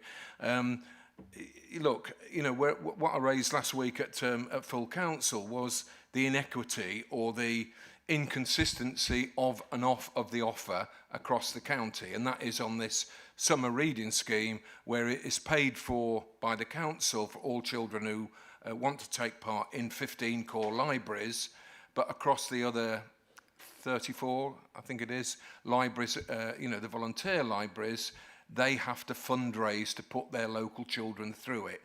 That's the unfairness, and I don't think this scheme should be used for that sort of for fixing that inequality, if I can call it that. I think that's all I'd sort of say. Overall, I really welcome it, though. I really welcome the principle, and I think we're able to do this thankfully because we got a better financial settlement last year in the budget than we were hoping for or ever dreamed we'd get. And so I welcome that we are actually giving some of it to local members to spend within the rounds. Of course, it's right that it is properly regulated, as you said, and proper governance and oversight, but I do worry, I think I concur with Councillor Carrington, really. We need to be careful that politics doesn't come into it. Thank you. Thank you, Councillor Dilks. Councillor French. Thank you, Chair, and welcome, Jane. Been going well so far, so well done. Pretty much my questions have been answered in regards to what Councillor Carrington and Councillor Dilks have been saying. It's really a scheme that should deliver for the residents and shouldn't be too political at all.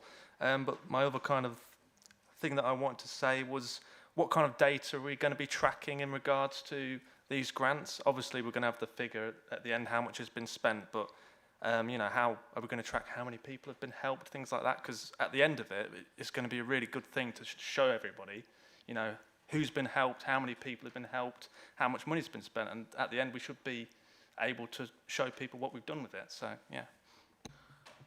Thank you. Chris, would you like to come back? Thank you, Councillor French. Yeah, so exactly that. How many people have been helped by these things is one of the things that we will track. A lot of the precise data we'll track will depend on the scheme itself. Sort of to use one of Councillor Dilks' analogies, if we use it as I think you said seeds, and as a setup for a project, it may be that we're recording part of that legacy, or we're recording part of who attends these regular sessions, be it a sports club, or if it's used for an event, who attended the event, was there any feedback taken, and look at those things. So it will depend on the nature of what the grant is used for, on exactly what data we take, but we do want to collect a richer sort of pool of data than just how much money we've spent. And then just to come back on Councillor Dilks' point, so each application to the strategic fund won't come through this chamber separately. The role of OSNB in that process is not to do that assessment of the schemes individually, but it's to look at the scheme overall. So it will say what schemes have been, what projects have applied, what projects have been put forward, any that have been rejected and why, but also provide a bit of detail about how much, where, those sorts of things, so that OSNB has an overall insight about the impacts this scheme is having right across the county. Thank you, Chris. Daniel. Yeah, and just to add, hopefully, a bit of reassurance for members is that on that element of the fund, I think we saw it as important to make sure that there was some oversight from members for that specific element of the fund, because if officers were just to go through the scorecarding process and the criteria, and then for it to then go to the executive member, we didn't feel that that was enough for members. Members may not have had sight at all in that process over what projects are being taken forward, the reasons why, what they scored. So this gives members and the public a visible chance to see, oh, X project scored this many points, therefore it's being taken forward. And yeah, it was just that really important oversight for members, for the public to be able to see that. Thank you, Daniel. I also think as well we might get to a point where we're starting to run out of money, we've got more projects and more applications, and it may therefore be an arena to actually try and make a decision or try and have a debate on what we think is the best projects. Councillor Brooks. Thank you, Chair. It's just regarding the 12 months from when you actually put in the application, you get 12 months to spend it. Now, I just want to be reassured that if LGR goes ahead and the application comes really close to it, will the money be protected or ring-fenced or something that it can't be took away from them? Thank you. Chris. Thank you, Councillor Brooks. So for those divisional grants, yes, you're right. 12 months from award, we would expect the community group to show that they've spent the money.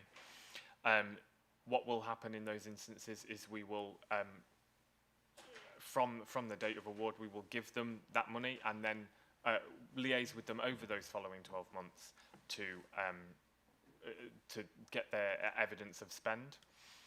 And then in terms of the scheme going up to the end of this financial year, currently it is a one-year fund, so that money is there until the end of this financial year, yes.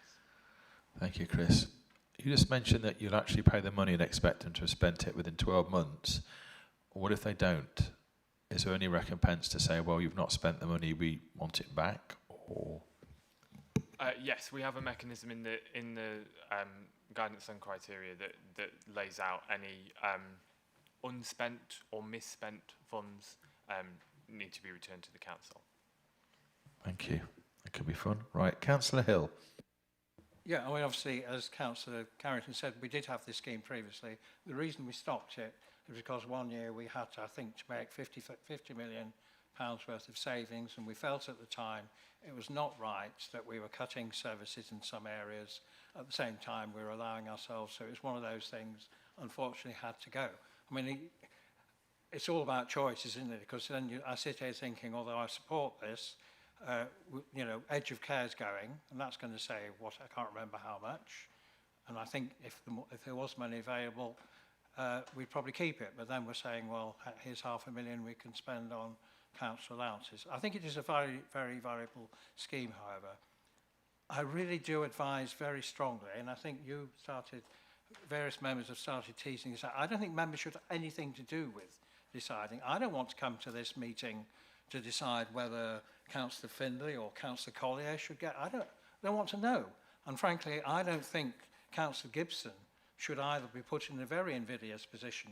I think the only time I ever got involved, because I think it was under my portfolio, was when twice, I think, officers from the comms department said, we've told ex-councillor it's not eligible, he or she won't accept it, and could you have a word to say that? So my strong view, and I strongly advise, keep out of it, because there inevitably be some people who pass and some people who fail. That's on the larger scheme.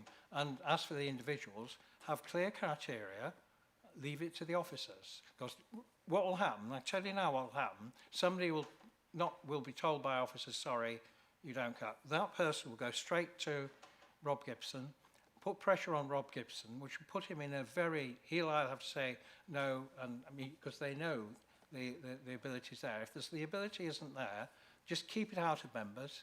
The transparency is a false argument, put it on the website. Everybody can see it. Or have an annual report doing it. I really do not think it's a good idea to members of any description to start meddling with the criteria. I mean, hopefully listen to that. It worked reasonably well last time. I've got some questions. One is, I think, is it still the case that if it's routine council services, you can't apply? For example, could I apply for 100 potholes in my division? I mean, it's not in there at the moment. Sorry? It is in there, is it? Sorry, I've been corrected. The second thing is, you said it was simple. It would be very bureaucratic. And I think last time, there was at least one member of staff who did nothing else for weeks on end, but chasing around. Because when you start thinking about it, you've got the criteria, and I don't think it's reasonable to expect a community group to have it spent in a year. It doesn't work like that, because when they get the money, then they get other money, and it can go on for some time. You can use parish councils, which is what I tend to do, because obviously they have bank accounts. But as has been said, it is public money. So on the one hand, you've got to make sure this is being spent legitimately. On the other hand, you don't want to make it too bureaucratic. So the other suggestion I would make is, should there not be a de minimis amount? I don't think your team want lots of £50 grants to be faffing around with. You could either say, well, £50 we're not going to check, or you could say each councillor. Otherwise, I mean, you could, even if it's £300, that's 10 per councillor, plus all the rest of it. So I wouldn't underestimate the bureaucracy. So I would suggest that a de minimis amount was put in so that the system isn't overloaded for the sake of the odd £50 and all the rest of it. So I think those are my comments. That I think it worked reasonably well last time, but it does have issues. Thank you, Councillor Hill. Would you like to come back, Chris? Thank you, Councillor Hill. So, yeah, just to clarify on the divisional, that is proposed to work in the way that similar schemes have worked here and elsewhere before. There is no, those grants themselves will not come through here. They will be done through the criteria, and then eligible projects payment will be arranged.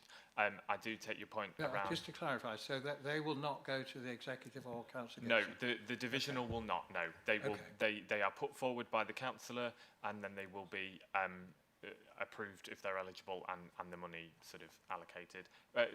Take forward your point around a minimum amount.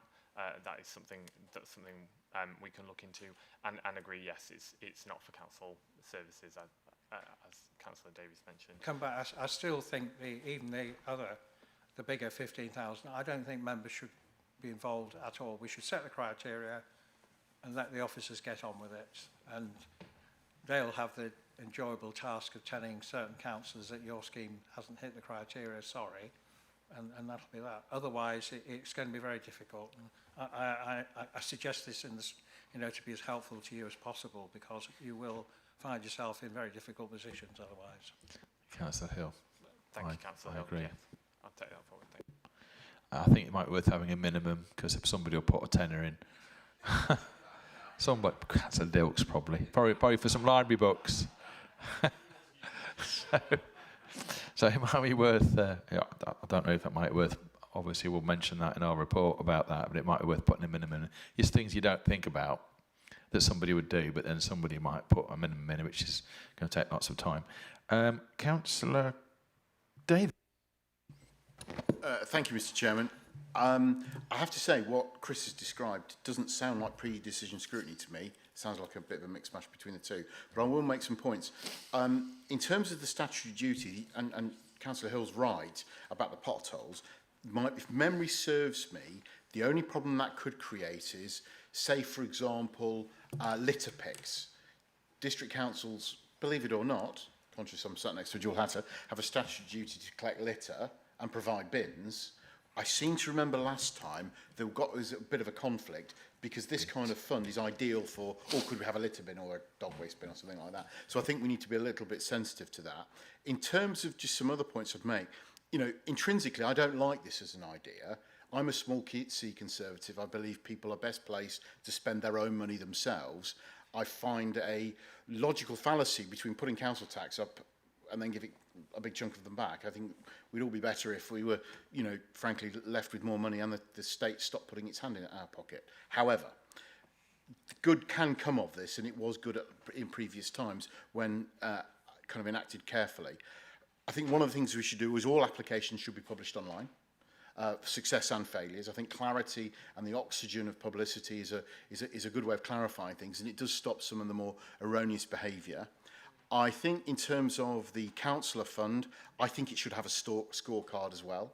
I think that's quite straightforward. But just to echo concerns from others, I agree to kind of protect Councillor Gibson from the second tranche becoming his slush fund and accusations of kind of political bias. I don't think it should go anywhere near a councillor to make a decision on this. However, if that does remain, I'd like to declare that I'm going to take Rob out for a beer next week to talk about some stuff. Councillor Gibson, would you like to come back? Whether you would go out for a beer with Councillor David? He's teetotal now, he said. No, Fifth Amendment. Okay. Councillor Collier. I think, thank you, Chair. I think Councillor Gibbons was shell shocked that you're going to take him for a drink. And going back to my analogy about a recipe, it works. It was interesting to listen to your recipes there, what worked before as well. I'm sure Councillor Gibson has taken that on board as well to mix it in with our ingredients. Just one more question regarding the pots, the 2 pots. If I've only got a small division, and I appreciate that some people, a lot of people have got big parishes, which will take a lot of money and a lot of thinking about perhaps how they're going to spend it. I've got thinking about, but in a different way.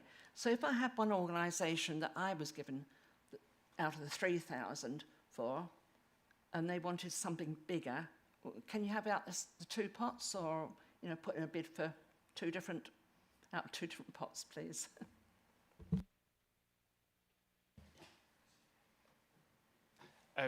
The short answer is yes, we would accept applications to either or both fund because of those differences in application processes. And just to pick up on Councillor Davies' point around transparency in terms of publishing those, yes, it's absolutely the plan to publish all divisional, strategic fund and unsuccessful for both online. Thank you, Christopher. Councillor Brooks. Thank you, Chair. It's just a quick one. I'm assuming because it's not live yet, the web link doesn't work for the help and support, because when I click on it, it just takes me, that's right, blank page. Thank you. Yes, it is not yet live on the website yet. Any other questions? Councillor Carrington. Thank you, Chairman. Just before we move to a vote on this, could those of us who have reservations about member involvement just be assured before we go to the vote, because it doesn't specifically say in the section on recommendations, as it sometimes does, that comments will be recorded and put forward. Could we be reassured that our view that member involvement should not happen will be put forward along with the other views of this committee? That would be a great reassurance if we could have that assurance. I'm sure Tom's writing it down now. Yeah, I'm sure, and I thank Councillor Hill for his comments, because having done it before, you know the pros and the cons and what can actually happen. We want to make sure it's not a political, that it's spread as fairly as it possibly can be. I know there's always going to be somebody that loses out. It's very, very difficult. So that's great. And I think it's important to, because could you just clarify if, when it comes to OSMB, what we'll actually be deciding on? Because I think Councillor Carrington's saying that if there's a decision, like I said, that I thought might be an idea, probably not such a good idea, thinking about it, about the fact that if it came up to a couple of cases and then it came to the vote, could it even be, if it got, I mean, I think you're right, I think it should be down to officers to make a decision, because then there's no pointing the fingers about spread and whatever. Could you just clarify that for us, Chris? Thank you. So the recommendation that will be put forward to the Executive Councillor and certainly have pre-decision scrutiny will be that the these projects should be funded because they are in line with the criteria. Note that any are have been rejected and the reasons why, and then any further sort of recommendations around the scheme, be that recommendation that a group of councillors on the coast, for example, may want to be encouraged to come together to look at big projects in their area because nothing has happened on the coast. There may be other recommendations that come out of the scheme based on the projects that start to come forward and the amount of money that is spent. Thank you, Chris. So to clarify, the final decision would all be down to the officers as opposed to any of the councillors. So the officers would put forward the recommendation on the projects to fund, and that would be signed off by the executive councillor. Well, I can't support that, Chairman. I don't know whether everybody else feels. My view is just keep it out of all of it away from members, and let officers just stick to the criteria. We don't, there's lots of stuff we sit and officers just get on with it. Lots of stuff where they spend money. So I can't support that because I just feel that as a recommendation to Councillor Gibson, I think some of us are very worried about this member involvement. I'm not sure whether that's the majority view of the council or what you want to do, but it is a suggestion. I mean, obviously he's here listening, so he'll take a view himself, but I don't know whether Rob wants to say anything now or wants to think about it to help us. Councillor Gibson? Heather? Thanks. So I mean, I think the decision today and the recommendations today are in the paper. I think your comments have been heard. I think they're really helpful reflections. And I think that in the period of time between now, then Councillor Gibson will have a chance to reflect on those. And I think officers will reflect on them as well. I think they're helpful comments. The paper today is to take those recommendations through with the comments of this committee, and I do take your point. If that wording isn't in there, it's absolutely our intention to take the comments through, and we'll make sure. Oh, it is in there, so we'll make sure those comments are recorded and are sent through. So I think that's today is to send this through with your comments to the executive. Thank you, Heather. Councillor Collier, I think you wanted to come back. Yes, that's clarified part of what I was going to ask, actually. We do need clarity and transparency in this, absolutely. And I don't know, I'd like to know how long, if it does come to OSMB, how long is that going to be then? Is this going to delay getting the funding again, or how long is the process going to take? The plan was for the next update on this project with those strategic fund applications to be August, OSMB. So would that mean if this starts in June, we're not going to even be looking at anything until August? So for those divisional grants, the project can start in June, and we can start seeing the impact of those immediately. In putting together the project and the guidance and criteria, some of the feedback we've had from the kinds of groups that do these sorts of grants applications, appreciating this is slightly different, is that for that larger strategic fund, they would appreciate a bit of time to start to put together their documentation, their rationale around it.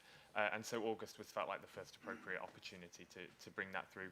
That's for the strategic fund, the larger ones, but the project can be live once signed off in early June. Councillor Hill. Just to be clear now, so something will come to this board, and then presumably on as a pre-scrutiny then.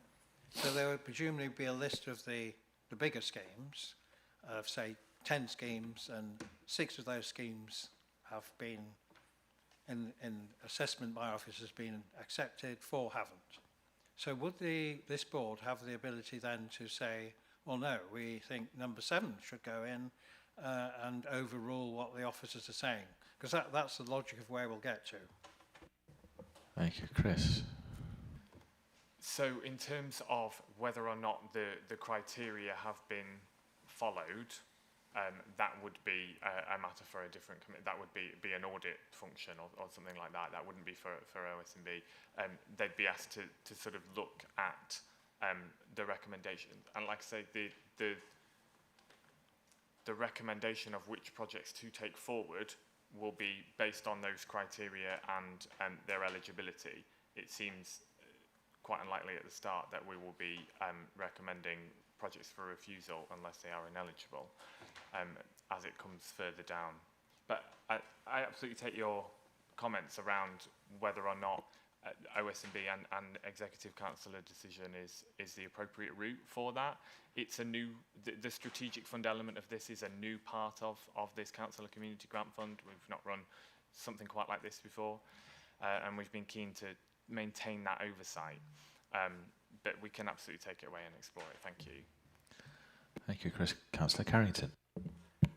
Chairman, I think we're all of us, I haven't heard of anybody saying that they are absolutely against this, and I think all of us would like to see it go ahead, but there is an element of it, excuse me, to do with the strategic fund that we have reservations about.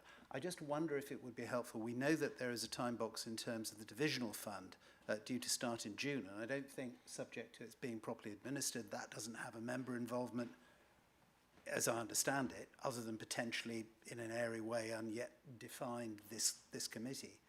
That could go ahead, and I just wonder whether there's a proposal lurking somewhere that we actually, as Heather said, Councillor Gibson and colleagues need some time and some space to consider the points that have been made. I just wonder if it would be helpful, and if it isn't, tell me someone, to actually defer that second part, the strategic fund, to allow exactly that space and time for consideration, which would leave some of us in a much more comfortable position about potential member involvement, but would not delay the divisional fund, the £3,000, going ahead in June and getting those good works underway. Is that just in the too difficult box, or is that helpful? Thank you, Councillor Carrington. Heather. Yeah, so again, that the executive will have the opportunity to do that if they want to. The decision before you today is just to acknowledge the report's recommendations to the executive and to make your comments. And again, that comment you've just made around could you split this and go ahead with one bit and not go ahead with the other is something that will also be included in the comments. Any further questions?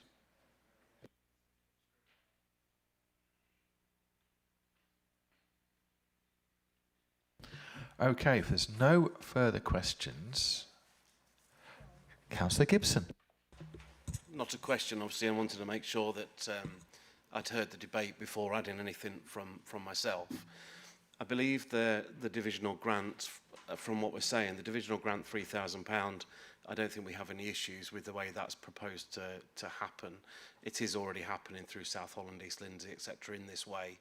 A member out in their patch hears of something and they say, I should be able to fund that. They go online, put the details in, and as long as it fits the criteria, that's done. You know, a parish notice board or a pay the bugler at the parade or whatever it is, that's the sort of things that I would expect to come through that fund. The strategic fund, I'm worried that there isn't enough money to have up to 15,000 per division. However, I don't expect every division actually to come forward with a project. I don't sit here as a member of my own division thinking I'll put forward A, B, C, and D. It is, you know, that sort of money is. I'd expect a war memorial needs an update and it's 5,000 or 6,000 and the parish can't do it. That's the sort of thing I would potentially be looking for on that, or similar projects. If I don't want to go away from OSMB today and not have the green light to be able to get on and get this, otherwise we are going to be towards the end of the year, and I want this to start. I want members to have their local fund to be able to get on with it, definitely. I'm more than happy to somehow put this into the officer's hands for the larger strategic fund. If I'm honest, I expected the fund to come in, the criteria to be met or not met, and if it's met, no reason to turn it down, and for that to come here as a paper for oversight and scrutiny to make sure that there's no issues, no problems, make sure one councillor's not got 10 funds in his own ward, her ward. That shouldn't happen. and then come to me with a similar officer's recommendation, and realistically there shouldn't really be a decision for me. That decision should just be met. Whether we strengthen that in this report now, if you'd like to put a recommendation to strengthen that now, I'm more than happy to take that after strengthening.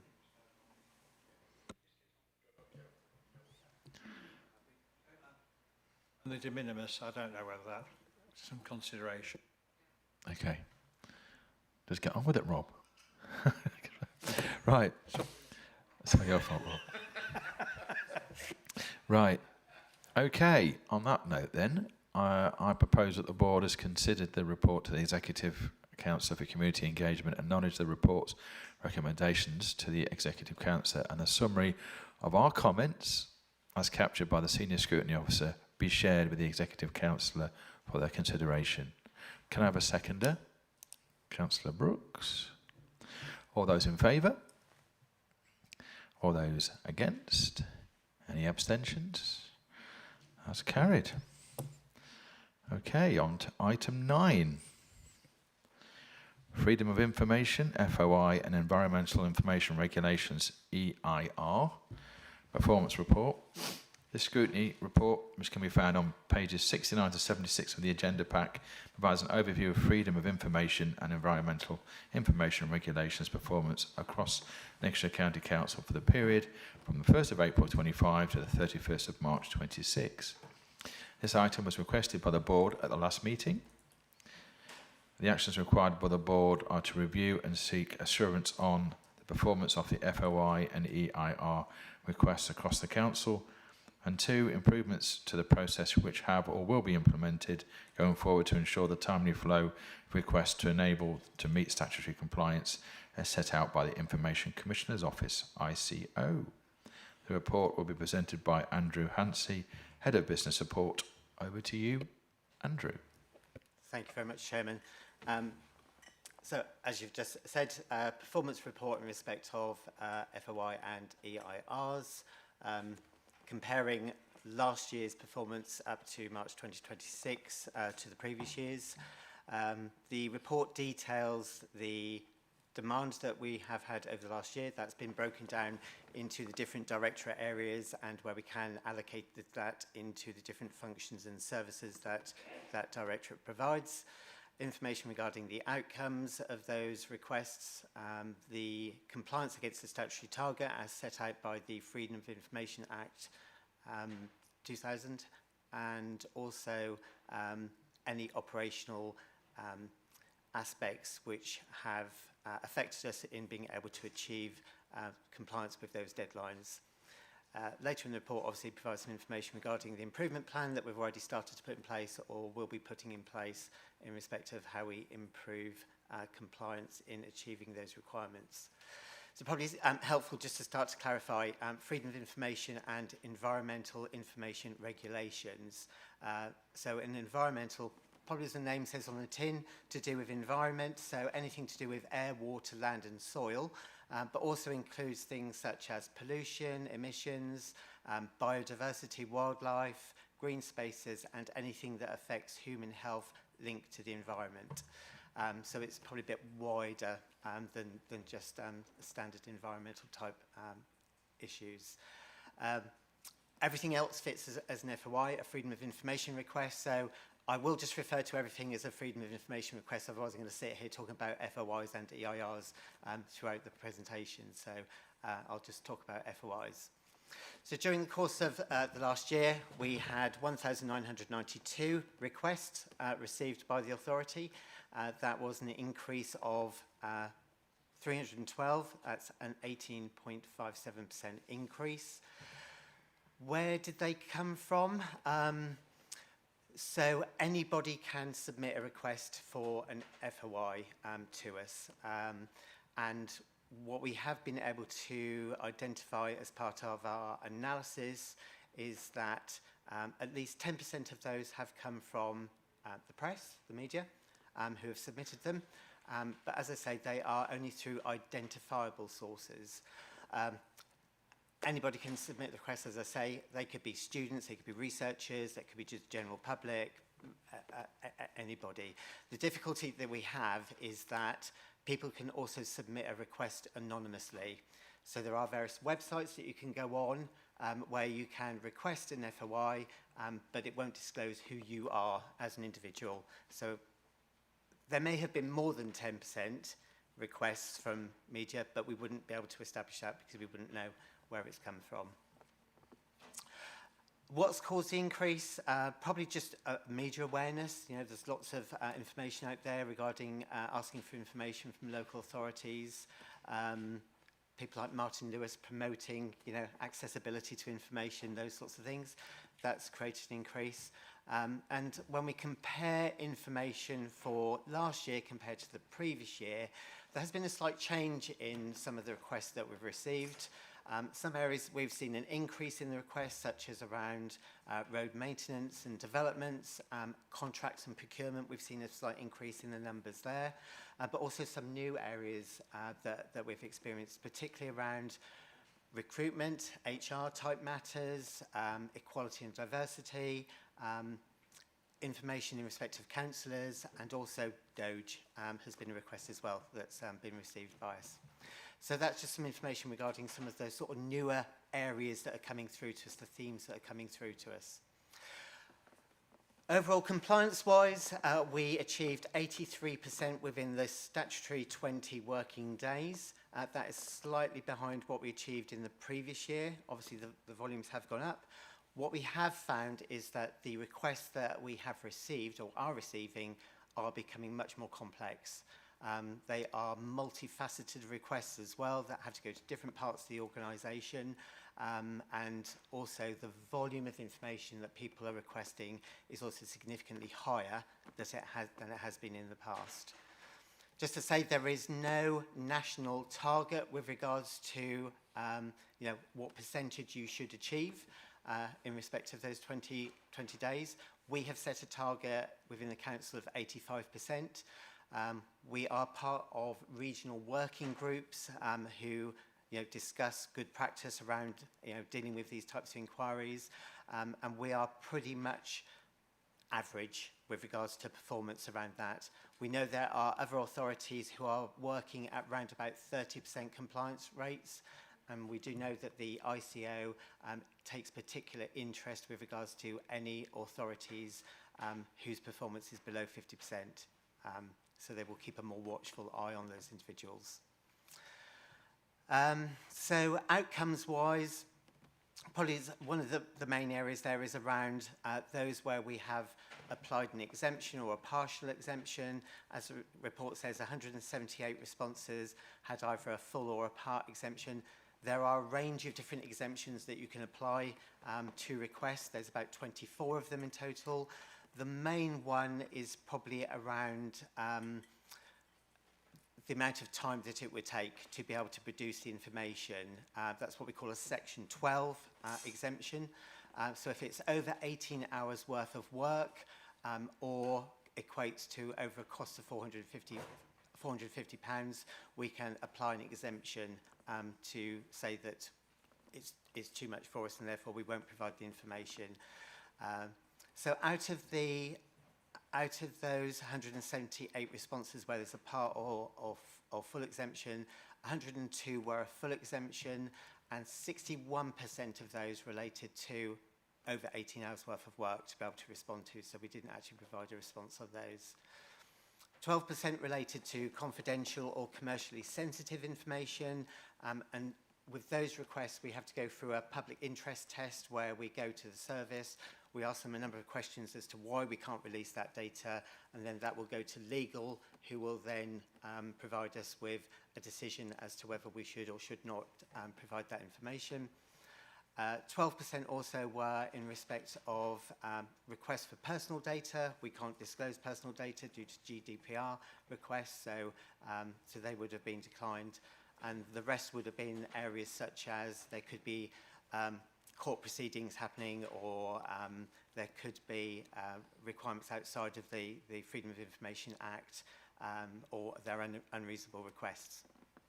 So it's just really to give you a bit of a flavour of some of the reasons why requests haven't been responded to. So we do have an improvement plan in place across the service to be able to obviously bring our compliance back up to our set standards. We do publish FOI requests. We publish them for a period of 12 months. So we used to publish all FOI requests, irrespective of timescales. But what we found was things changed so quickly that people were then going back and finding information from old FOI requests and using that as existing data. Well, actually, it's probably moved on since then. So we remove any requests that are over 12 months old from the website. And we will point people in the direction of existing FOIs if we receive a similar request that comes through to us. We have strengthened our processes across the organisation. We now have sort of delegates and substitutes in place. Should an officer or an approver not be available, we will have a second person that we can go to be able to either provide us with that data or approve it.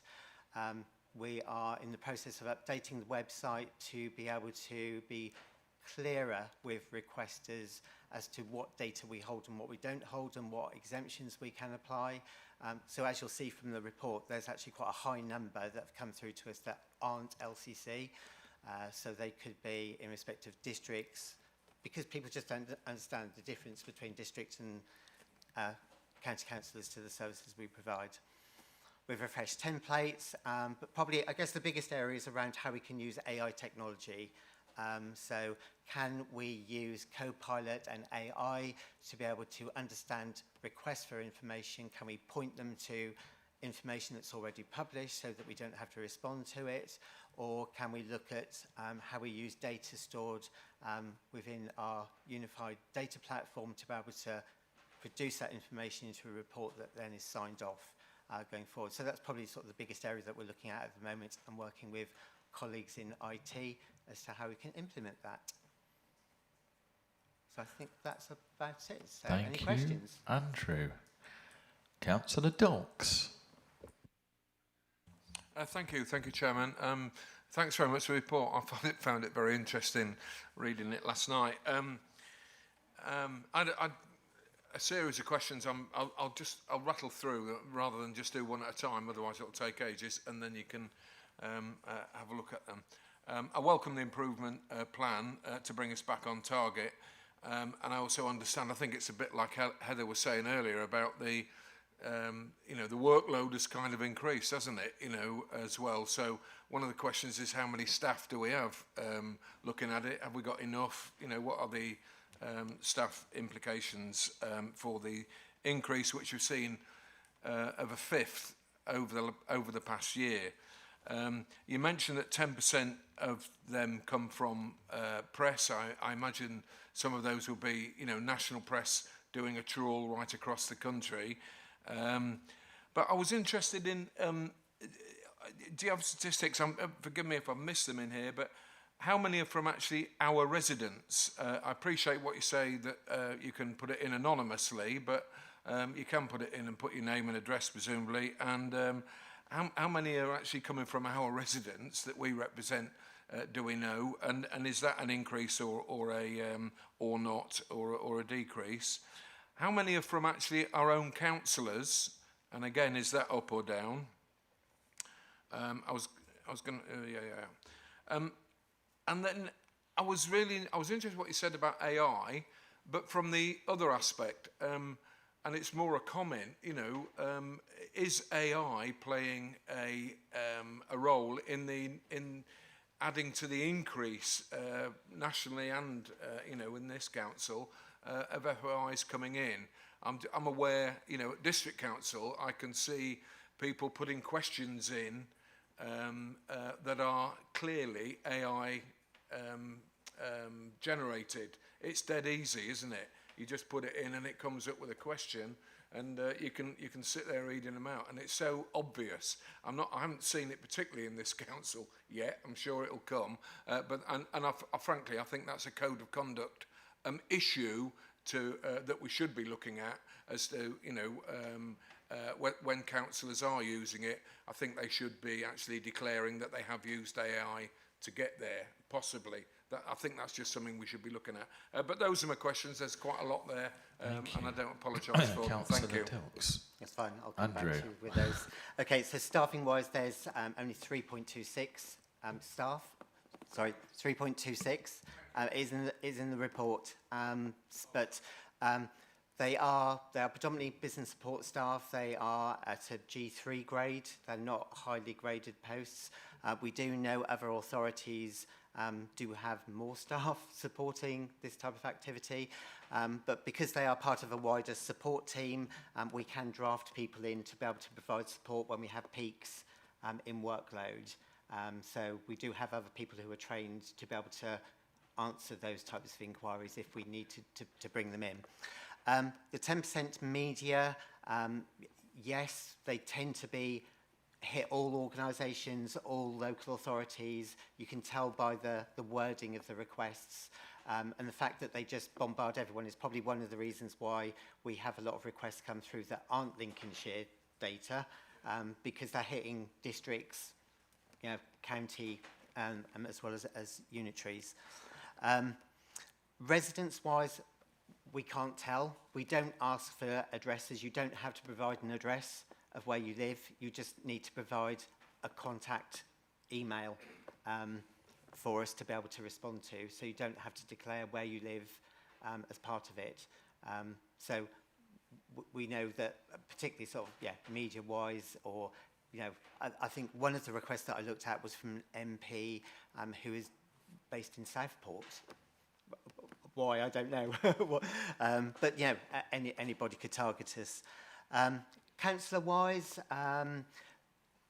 in the information that we have available to us for the year, there were only 15 requests from councillors that were submitted for that year. But as I said earlier, you don't have to give your councillor's email address to request the information. You could do it anonymously as part of that. And AI, yes. I think that across the board, people are using AI a lot more now. We've certainly seen that in other areas of the business, like complaints. You can tell the way that complaints or requests are worded that they have used AI technology to be able to ask for that information. Does that help? Very much so. I really welcome the answers and thank you for all the work you do on it. It's just, the comment really is FOIs have clearly grown to a massive issue, in a few years. A few years ago, we just get a few a year. We're up to, I make it 40 a week. That is a huge change and a huge demand on the organisation. Whether that's right or not, wrong, or we should welcome it, I'm not sure. But thank you. Thank you, Councillor Dilks. Councillor Brooks. Thank you very much, Councillor Dilks. Thank you for asking some of my questions. Because I was going to ask about the residents, councillors and media out organisations, see what they've requested. I would also like to see some more data on the website that people could just see straight off, like, for example, how many requests for email information, how much it has cost per FOI. So, for example, say if I've asked about a pothole, it should say next to it, this has cost the council, taxpayer, it costs it X, Y and Z and officer time. So that everybody's aware. That's why I think we should be open and transparent and have like a total running cost for the year that people can see how much all these FOIs are actually costing the residents and the council. Thank you. Councillor Brooks. Andrew. Yeah, thanks, Councillor Brooks. I'll look into that for you because there are certain legislative requirements as to what we can disclose and what we can't disclose. So I will need to go back and check as to whether we can declare the actual cost of providing that data, because the regulations do say that irrespective of how much it costs, we have to provide it. But I get what you mean in respect of breaking that down into different types of requests. So I'll have to take that back and just check on that for you. Councillor Brooks, come back. Yeah, thank you very much for that. Yeah, I'm sure that there shouldn't be any problem because you should be open and transparent. We're not saying don't put a FOI in. We're just saying this is how much it's actually costing, which I'm sure you'll be able to work out because how many offices you've got, time it's taken, all that sort of thing. Yeah. Thank you. Andrew, would you like to come back? Yeah, thanks for that, Councillor Another Brooks. Andrew, sorry, very confusing. it becomes almost impossible to determine the actual cost of a freedom of information request because they're so complex and so varied and so many people can become involved in them. So there is no standard request where you could put a cost to it. They take varying degrees of officer time across different parts of the business. Sometimes one request can affect 4 different parts of the business. They may need exec director review, assistant director review. It can be the actual cost itself. It could cost you more trying to work out the cost of it overall, in all honesty, on an individual basis. But you could do an average, Mr. Chairman. Again, you would have to understand how much time has gone into it at all levels of the organisation to determine that. It's beyond the actual direct cost of the business support team in Andrew's area that oversee these. There's an additional cost across legal, children's, adults, senior leadership, finance, HR, every part of the council, fire and rescue, has time and input into these, which ranges pending on the complexity. That complexity is growing due to the nature of using AI, which is taking up more time, but you'd have to be tracking, you'd have to implement a tracking monitor to understand how much time you're taking, which in itself would be a huge cost to the council. Thank you, Andrew. Councillor Brooks, I believe you wanted to come back. Thank you very much for that. I think this is where AI would come in perfectly, if we could log it down of how much it costs, because we really do need to know where every pound, shilling and pence is going, in my opinion. But thank you. Councillor Brooks, I'm actually going to ask a couple of questions. First of all, Andrew, you mentioned a 0.26 of a person. I presume that means they're not really small and it's basically part of their time, which is quite interesting. The other thing, because I deal with the ICO in my job, and what I fear is there's nothing stopping from other countries attacking our FOI with thousands and thousands of requests, which could quite happen because there's very little control on it. Now, I know there's certain rules and regulations from the ICO how much you can charge and how much you can't charge, but I would have thought, going back to the point that you said that you don't check where they're from, where people who are from the area should get it free, and those who aren't probably shouldn't. I know the ICO don't think that way because I deal with them and it's £35 for this, but in an ideal world, that should be the case, because the problem you've got is, as I say, you could get a different country, not a bad actor, which I've been known to be at times, a bad actor, who are basically could bombard our FOI to death. And also, if there's no restriction on that, they could be being nosy and we could be giving them information that we shouldn't really be giving them. So I know the ICO don't think that way, and because it's a quango, etc. But what I would have said is that moving forward, it should be something we should look at, because the people who pay the council tax should be able to get a free FOI, and anybody who's out of the area, and of course it can be falsified, out of the area, perhaps there should be a rolling scheme that if it's going to be something going to cost more than 18 hours, then perhaps there ought to be a sliding scale. But I know that's not something the ICO is going to do. I know you're kind of restricted to that. But I just thought I'd mention that because that's something that sticks out. Andrew? Yes. So if people bombard us with requests, we will know that, because we know they're coming from the same place, and we would then either apply them as being unreasonable or potentially vexatious in their requests. So we wouldn't probably respond to it. So recently we've had someone who within a matter of 2 weeks submitted 10 requests to us. It was way too much information to respond to, so therefore we deemed them as an unreasonable request and applied the exemption. As you say, the ICO are quite clear with us. They say that, if someone submits a request to us, we have to respond to it. We don't have any alternative but to respond to it if we hold the data. As to the cost, we can only apply the exemption in respect of the £450 or 18 hours. So if it's over 18 hours, we could calculate how much time, how much effort that is is costing us, and we could charge for that. But it would probably take as much time in calculating how much it would cost, a bit like Andrew was just saying, how much time do we spend doing that to then charge someone, invoice them, request that invoice, wait for them to pay the invoice, and then actually respond to the request, and then we're out of time scale anyway. Thanks, Andrew. I do worry that we could be getting it'll be bots. It will be bots that will just attack it, and you'll be end up having loads and loads and loads, 1,000, 2,000 a day, to disrupt.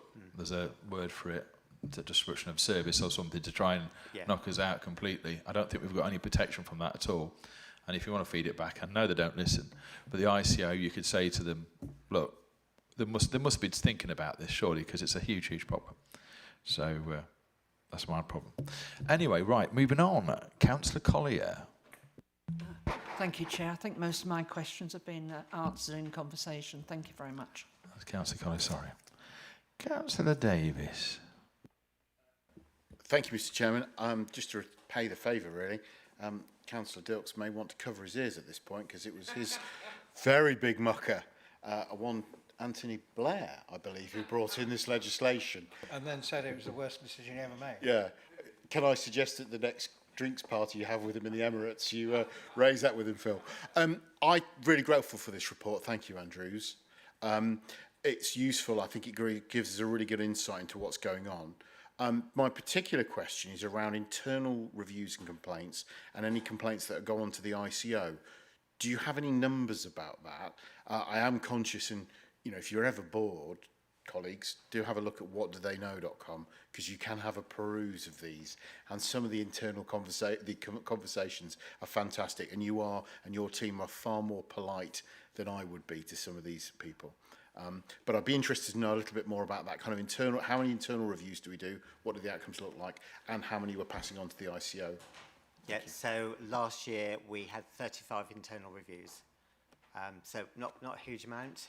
So we try to make sure that we answer what's been asked of us where we can, and explain why we can't provide the information if we have to.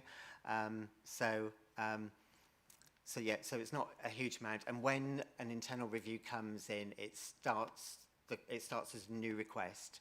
So you may have responded to the first request within the 20 days, and then the 20 days starts again once you've got your internal review, so you have 20 days then to respond to it. But yeah, I'm aware that they do publish internal reviews as well, so and we will get advice and guidance with regards to those from legal and our data protection officer as part of the process.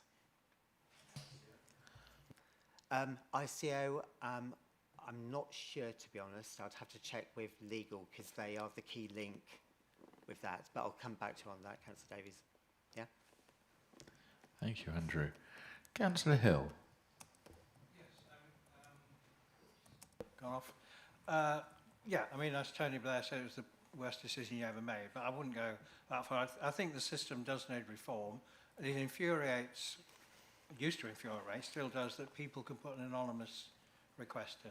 I mean, as councillors, we've all had very rude social media comments from anonymous, straight to delete button. So I don't think it's right, and your point, that there's a difference between a resident of Lincolnshire who is really concerned that his council or her council is delivering as they should wish, as to a business person fishing around to get information to put a tender in, or a political organisation who wants to score some points, or indeed a lazy journalist who just wants a cheap headline.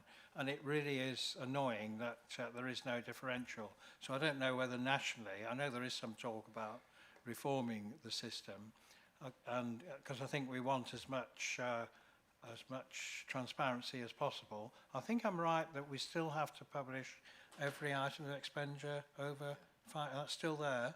So some councils just say, well, find it for yourself on the, it's all in there, and you can go in there, it's like, it's a maze, because you don't know what the PO numbers are or anything else. But I do think we've always tried to take it seriously. Sometimes I do think we answer questions that haven't been asked. It may be that that's trying to prevent a further question coming in. I think I think more and more people just use AI. The trouble is, will AI give them the right answer? Just to put that's a risk.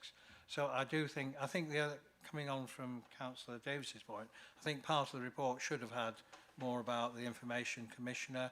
And I suppose the other important thing is, what lessons do we learn because often stuff comes out of FOIs which is very useful, particularly for members, but also for officers, that are stuff they didn't realise. You know, at our level, we can't. Is there a mechanism whereby the FOI team, or who's heading up the FOI team, says, actually, do you know, this has come in, and somebody needs to do something about that? I mean, does that happen, Andrew? Or if it doesn't, it ought to. Just to, you know, because we all learned stuff out of FOI which we had no idea was happening. Yes, thanks, Councillor Hill. Yes, we do. I think probably because we do have quite a discrete service, it's much easier to sort of understand what's coming through and, you know, the types of requests that are being asked. And it's interesting what you say around publishing data, because it's not just financial data, it's also any data that we have, really. So we're actively working with some of our service colleagues around frequent requests that we get, and can we actually publish that data so that when people come through to us and ask the same question again, we just point them in the direction of it. Therefore saves us quite a lot of time. But we do see some themes, and we do then feed that back to service as to what we can do to sort of stop those types of requests happening in the future. I think, like you say, around AI, it's an interesting one that I don't think we'd ever want an AI to probably respond with the data. I think we'd always want to have a sign-off process as part of it, because we probably want to make sure that if we were sending a response out, that it did contain the right information, so we still have that approval process at the end of it. Thank you, Andrew. Any further questions? Councillor French. Thank you, Chair. I think on your point as well, totally agree, could be easily an avenue for an adversarial nation or anybody really to get in and cause damage at the tune of some sort of cost, which if we are staffing 3.26 people at standard salary, we're spending £60,000 to £80,000 a year on FOI requests. That's one council spending £60,000 to £80,000 a year, meaning the hundreds of councils across the country, it could be in the tunes of millions. So why wouldn't, if you were Russia or China, why wouldn't you do that? Why wouldn't you cause taxpayers' money to be wasted to that kind of extent? Which brings me to the question of why can't we just, I mean, is there a legal problem to automatically deny anything that we detect as a bot, such as you can run an AI text detection, you know, it's covered in M-dashes, you can see it from a mile away. Could we just not automatically deny something like that, or go deeper and the user behaviour on the website, you could go further and detect that it's a bot and not a human operating and deny them that way? Would that be a possibility? Andrew. I think I'd have to bring IT in for this one, to be honest. I don't know, to be honest, how we'd be able to do it. I'm sure there probably is a way that they could detect it. Is it legal though? Do we have to, even if it's a bot, we have to? Yes, so if we receive a request, irrespective, we have to respond to it. Councillor French, there's a job there for you. Yeah, we could, we can refuse.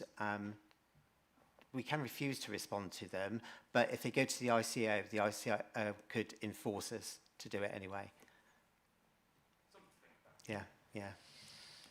Thank you, Councillor French. Any other questions?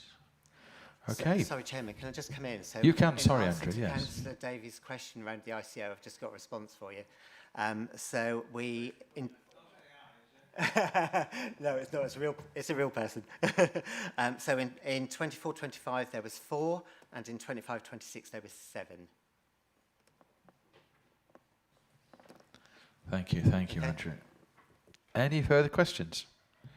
Okay, I propose that the board has been assured of the performance of FOI and EIR requests across the council, supports the improvements to the process which have or will be implemented going forward to ensure the timely flow of requests to enable to meet statutory compliance as sent by the ICO. Can you please raise your hands if you agree? Thank you, that is carried. Item 10, Overview and Scrutiny Management Board Work Programme. This item is on pages 77 to 86 of the agenda pack and sets out the work programme of the Overview Scrutiny Management Board. The actions required by the board are to review and agree the board's work programme as set out in this report, highlight for discussion any additional scrutiny activity which could be considered for inclusion on the work programme. The report will be presented by Tracy Johnson, Senior Scrutiny Officer.